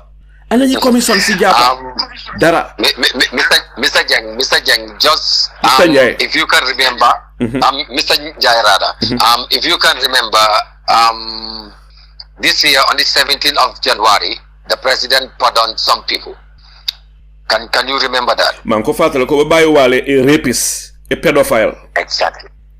Rapist, pedophile. I was all over the news because I came out and I made even a voice recording and it was played on Coffee Time with Peter Cummins because Munuma understand. The only case that Gambia have at least succeeded in prosecuting someone with corruption, that is the guy from Fisheries. Amulo dara law def ngene dang ko release because of health condition. And this happened in this country. Yeah, you mean Dr. Banja? Yes, he was released in prison because of, they said, according to his health condition. I even asked the Minister of Justice, what justified the research people who are pedophiles, people who are murderers, people who we have fined, who were put into prison because of corruption, misusing public funds, stealing from public funds, and the only succeeded public investigation. And then take a few months like because of health I'm going to because of Luabi in terms of the prerogative of mercy, in terms of even healthy living, you have to consider it. But is that an excuse? Su fekkene lolu deugal la bon maltu ñi fa nek febar, ñi fa nek amé jangoro, ñun wara bay ñu bari leen ñepp dañ leen wara bay. So lolu nek na lu daw yaram. Honorable Ba so tege fo sa bar ma ñew suñu Jibril Fadia fim nek waxtu bi mu ñoo xala jaamu tuti. Fim nek Honorable Ba ma dal di ñew rek ci benen laajte bi. Honorable Ba, Public Order Act bi yow ndax bokkoon nga si ñi nga xam ne den votoon pour reject ko am déet. Man Public Order Act bi ku ko introduce in parliament sa suma comrade la xam nga ne man duma musa bokka si loo xam ne is not a progressive law, because the thing is it doesn't make sense to me. The same law is telling you that you can gather. The same law mu ne la ne nii ne don't use microphone, don't use lily. The same law bobu tamit mu ne da nga wara dem seek permission. Pour man it doesn't make any sense. Mu ngi melni comme tay rek nen ne loi bi d'accord ne mun nga lekk si bool waaye sooy lekk si bool tamit da nga am pour tiba xaar 10 minutes bala nga tibaat du lu ban sens la make te yow yaa ngi xiif pour lekk. So Lee is a very big concern, and I was so disappointed when the opposite camp, that is the majority camp, voted against it. I don't know for what reason why they did it. Why at the end of the day, I was so disappointed that they voted against the amendment of the Public Order Act. Why, Mom, I was in full support of the amendment of the Public Order Act, understanding that this country belongs to the Gambian people, and they must exercise their constitutional right, and when they see things not going the way it is, they need no permit to go on the streets to talk about it. That is my stake on that. Bu ñëwé ci anti-corruption bill bi dafa am provision so xamné ñu ko fa génné moy provision ci nga xamné pour déclarer assets. So Gambia ni ñu bari ko gisé né so gisé ñu génné provision so yu pour rek bañ sàccakat yi ñoo xam li ñoo sàcca ba ñu xam ñoom leen amee ma bëgg a xam rek lan mooy sa gis-gis lan mooy sa jàngat si ñi nga xam ne ñu ngi wax lii. si anti-corruption bill bi nag boo xam ne léegi is already an act. I believe that ñun we did su ma ne ñun I mean the minority camp we did our effort to make sure that it is not a doggy hamne foko hichare, because if you can remember so gise mulutona pass during the third ordinary session of last year is because we had an argument in terms of because then gisne the other camp, that is the majority camp, then buguna nasahal luabi la family comme luabi la fay correct why do am benjering in terms of prosecuting anybody, but we didn't allow that. And I believe that as it is right now, as it was enacted, it is a very progressive law, to be honest. Fi mu nekk ma dal li ñëw si apply Sanyang apply ndax am na loo bugg a laajte bala maa dem si beneen laajte bi. Wow, Alai Salio, thank you, Mr. Ba, welcome, my dear brother. Are you people observing? Are you people observing the peacekeeping forces in the Gambia? Why Senegalese forces have the ultimate power than above all peacekeeping forces in the country? Are you people observing why Senegalese are gunning down our citizens? And are you accounting the life of our citizens that are gunned down by Senegalese forces in the country? And whatever security agreement you people have approved in the parliament with the Aram Barrow's regime, that you are not accounting the life of our citizens. Secondly, you don't have a rule, Banjul being the capital city of our land, that all these incomplete buildings or old buildings scattered in the city, that their owners have a responsibility, that they have to take care of their places. Not everybody should do whatever you like. A civilized society must have a policy. In collaboration with your office, to the mayor's office, that our city must be decent. Are you people having a plan? Are you discussing within yourself that arrangement supposed to be happening? Broken houses, buildings in our city, they have to be taken care of. Thank you, sir. Go ahead, Honorable Ba. Yeah, thank you very much once again. First of all, the issue of the economic soldiers in the Gambia, especially, and to be specific, the Senegalese soldiers. I think it is a concern, and I believe also, if you've been following also in Parliament, especially when the Minister of Defense is in Parliament during oral and answer session, we always bring forward the issue of these economic soldiers. We want to empower our own soldiers. This is what we want, and we are fighting tooth and nail to make sure that this happens. And I believe very soon it will come to an end, because we are seeing those signs coming forward that economic might of this country very soon. We believe soon soldiers, they can do the work, protect us, and they are willing to protect us, and we respect them for protecting us. So for that, we have no doubt as far as our Gambia Armed Forces is concerned. And in terms of protection, we believe they can protect us more than other soldiers from other countries. So coming to the issue of the city, as somebody who really understands the work that I am doing as a legislative representative, the issue of how Banjul look, or the issue of the cleanliness of Banjul, is solely the responsibility of the Banjul City Council. And I believe also they are doing everything possible to make sure that dilapidated buildings. I can remember when I was working at the City Council as the IPRO, all the buildings in Banjul were demolished. And in terms of waste collection, they are doing all what they can in terms of collecting and also managing of the city. Jërëjëf honorable ba fim nekk ñu ngi fi almost 3 hours wax dëgg maa ngi lay gërëm di la santandi te ñu bari su leen ooyee fii sax dende ragal a ñëw freedom waaye ñëw nga fi jox nga ñu enough time te yena laajte yi nga xam ne ñu ngi ko laajte nekkul lu yomba réerewul mbir loolu nekkul ne li na fi laaj yépp lu yomba la xam ne yena laajte yu dëgër la laajte yu tàng la ba pare yow itam yaa ngi tontu laajte yi ak dal ak yar ak tegin ndeysaan Gambia nag li leen war di def ñu ni neen si sun biir di waxtaan ji laajte yi mun naa tàng waaye yépp Gambia ko waral waaw laajte yi mun naa metti waaye yépp Gambia ko waral laata Gambia den bugg Gambia jëm sa kanam ñun bu amoon li ñu gënal Gambia mooy gën si dëkk yi na si yépp gën a taaru gën a develop gën a advance ñun suñ amoon li ñu gënal suñ président suñ njiiti dañoo nekk njiit yoo xam ne njiit yu jub leen ñu xam li réew mi laajte ak li ñi laajte ñu ko defal loolu si waar bi ñun fa la ñuy yëngu fi mu nekk dinaa ñëw si laajte bi mujjee ndite ku toog lu diiri ñetti waxtu di wax dëgg soxla na xëj na lum lekkal wala lum naan wala soxla na xëj na pour dem wanag soo ñu ngi jégalu suñu la fi téye yàgg na torop waaye rek laajte bi ma bugg a mujjee mooy ndax si sa xalaat bugga nga ro di presidency in the future ndax xalaat yooyu mu ngi si sa xel am déet. Thank you very much once again, Mr. Njai. Laajte boo laajte ni am na solo torop. As a young person, a progressive leader, ñàkkuma am benn ambition of becoming the president of the Republic of the Gambia.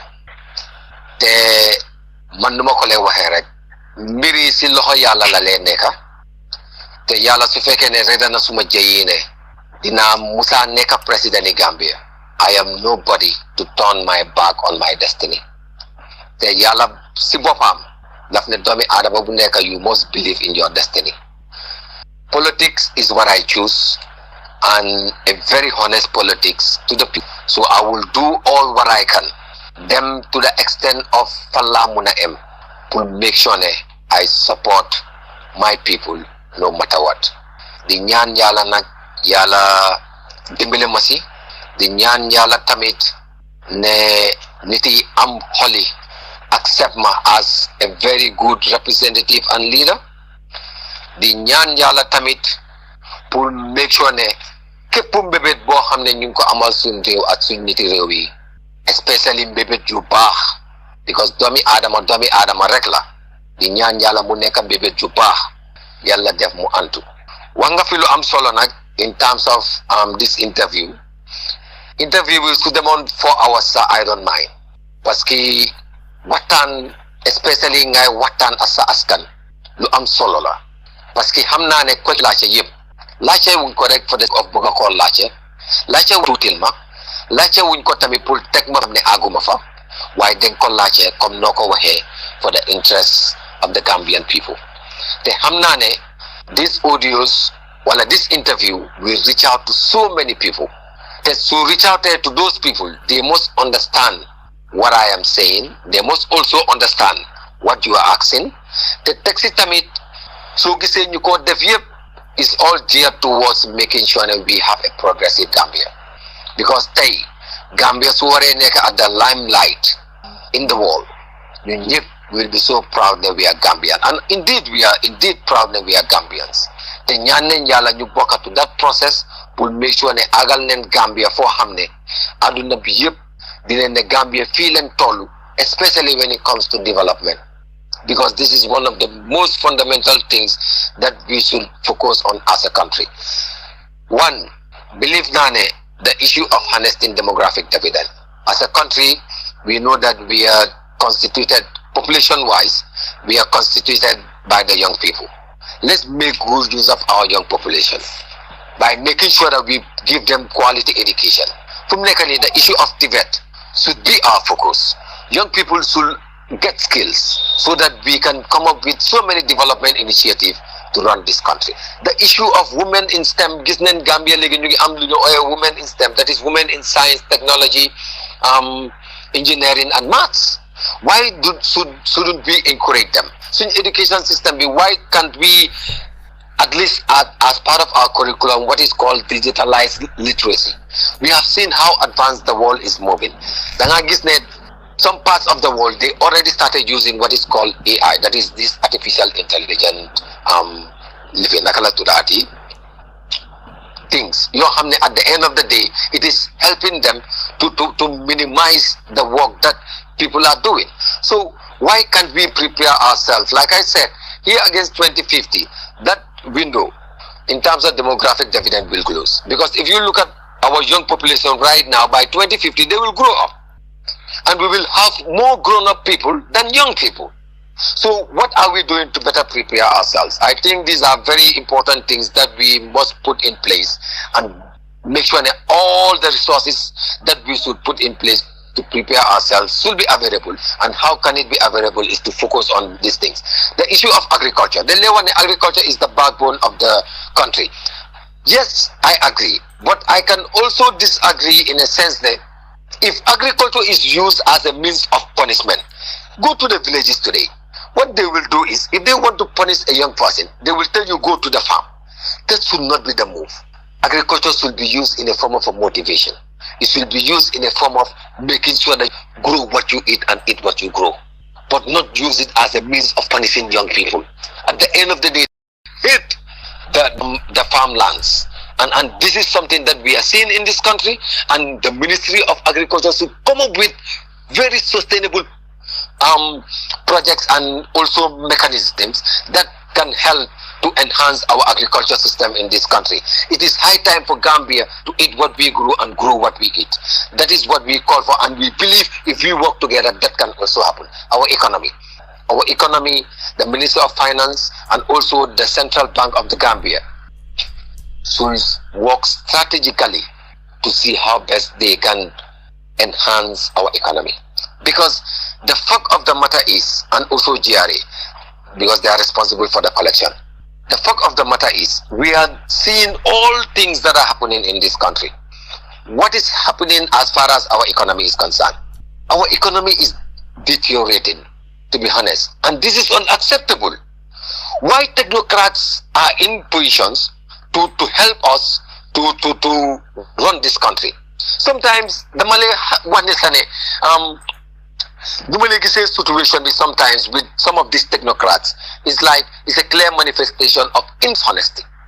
Because Mandama believe that all the technocrats that we have in this country should help this country to develop. But instead, they will rip this country. At the end of the day,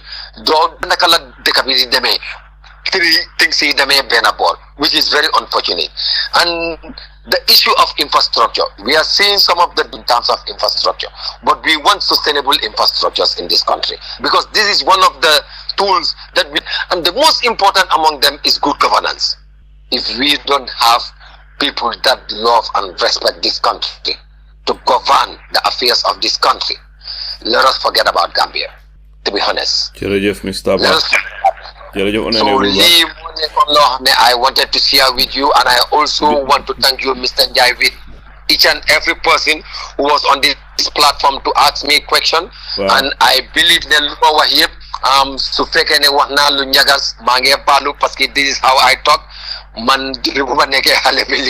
I am somebody with bass. When I talk, you will think that I am shouting. No, I am not shouting, but I am just trying to make my voice sound well.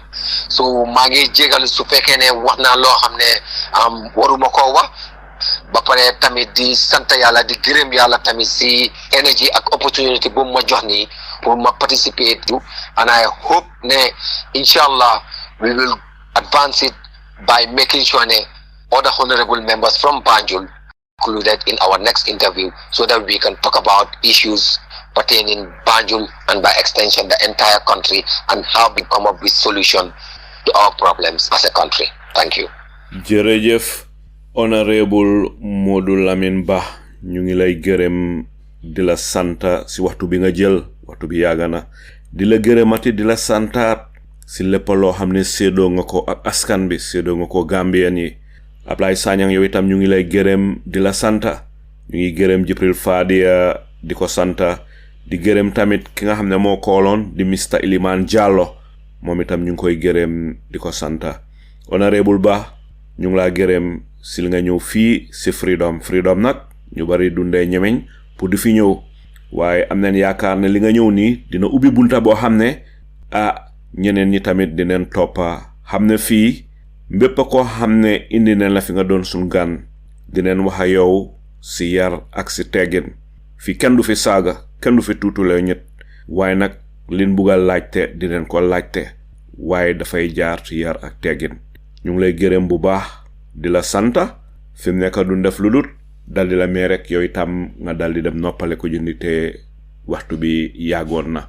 mbokk yi fii la waxtaan ji dal di em, fi mu ne duma def lu dul dal di ëmbal lépp loo xam ne Honorable Modou Lamine Bah waxtaanee na ko fii, lépp loo xam ne Abdoulaye Sanyang, Jibril Fadi ak Iliman Jallow laajte nañ ko fii dal di leen ko jébal, bàyyi waxtaan ji mu dal di continuer si seeni xel. Yéen Gambien yi, yéen dëkklukat yi, yéen nit ñi, yéen yéenay attekat yi nga xam ne yéenay atte lépp loo xam ne waxtaanee nañ ko fii. lu neex nag du doy, xanaa dañu koy dog rek dal di dem ba beneen yoon. seeni mbokka Saliou Njie, salaamu aleykum wa rahmatullahi wa barakaatu, wa ahiru daawaana ani lillahi rabbil alamin.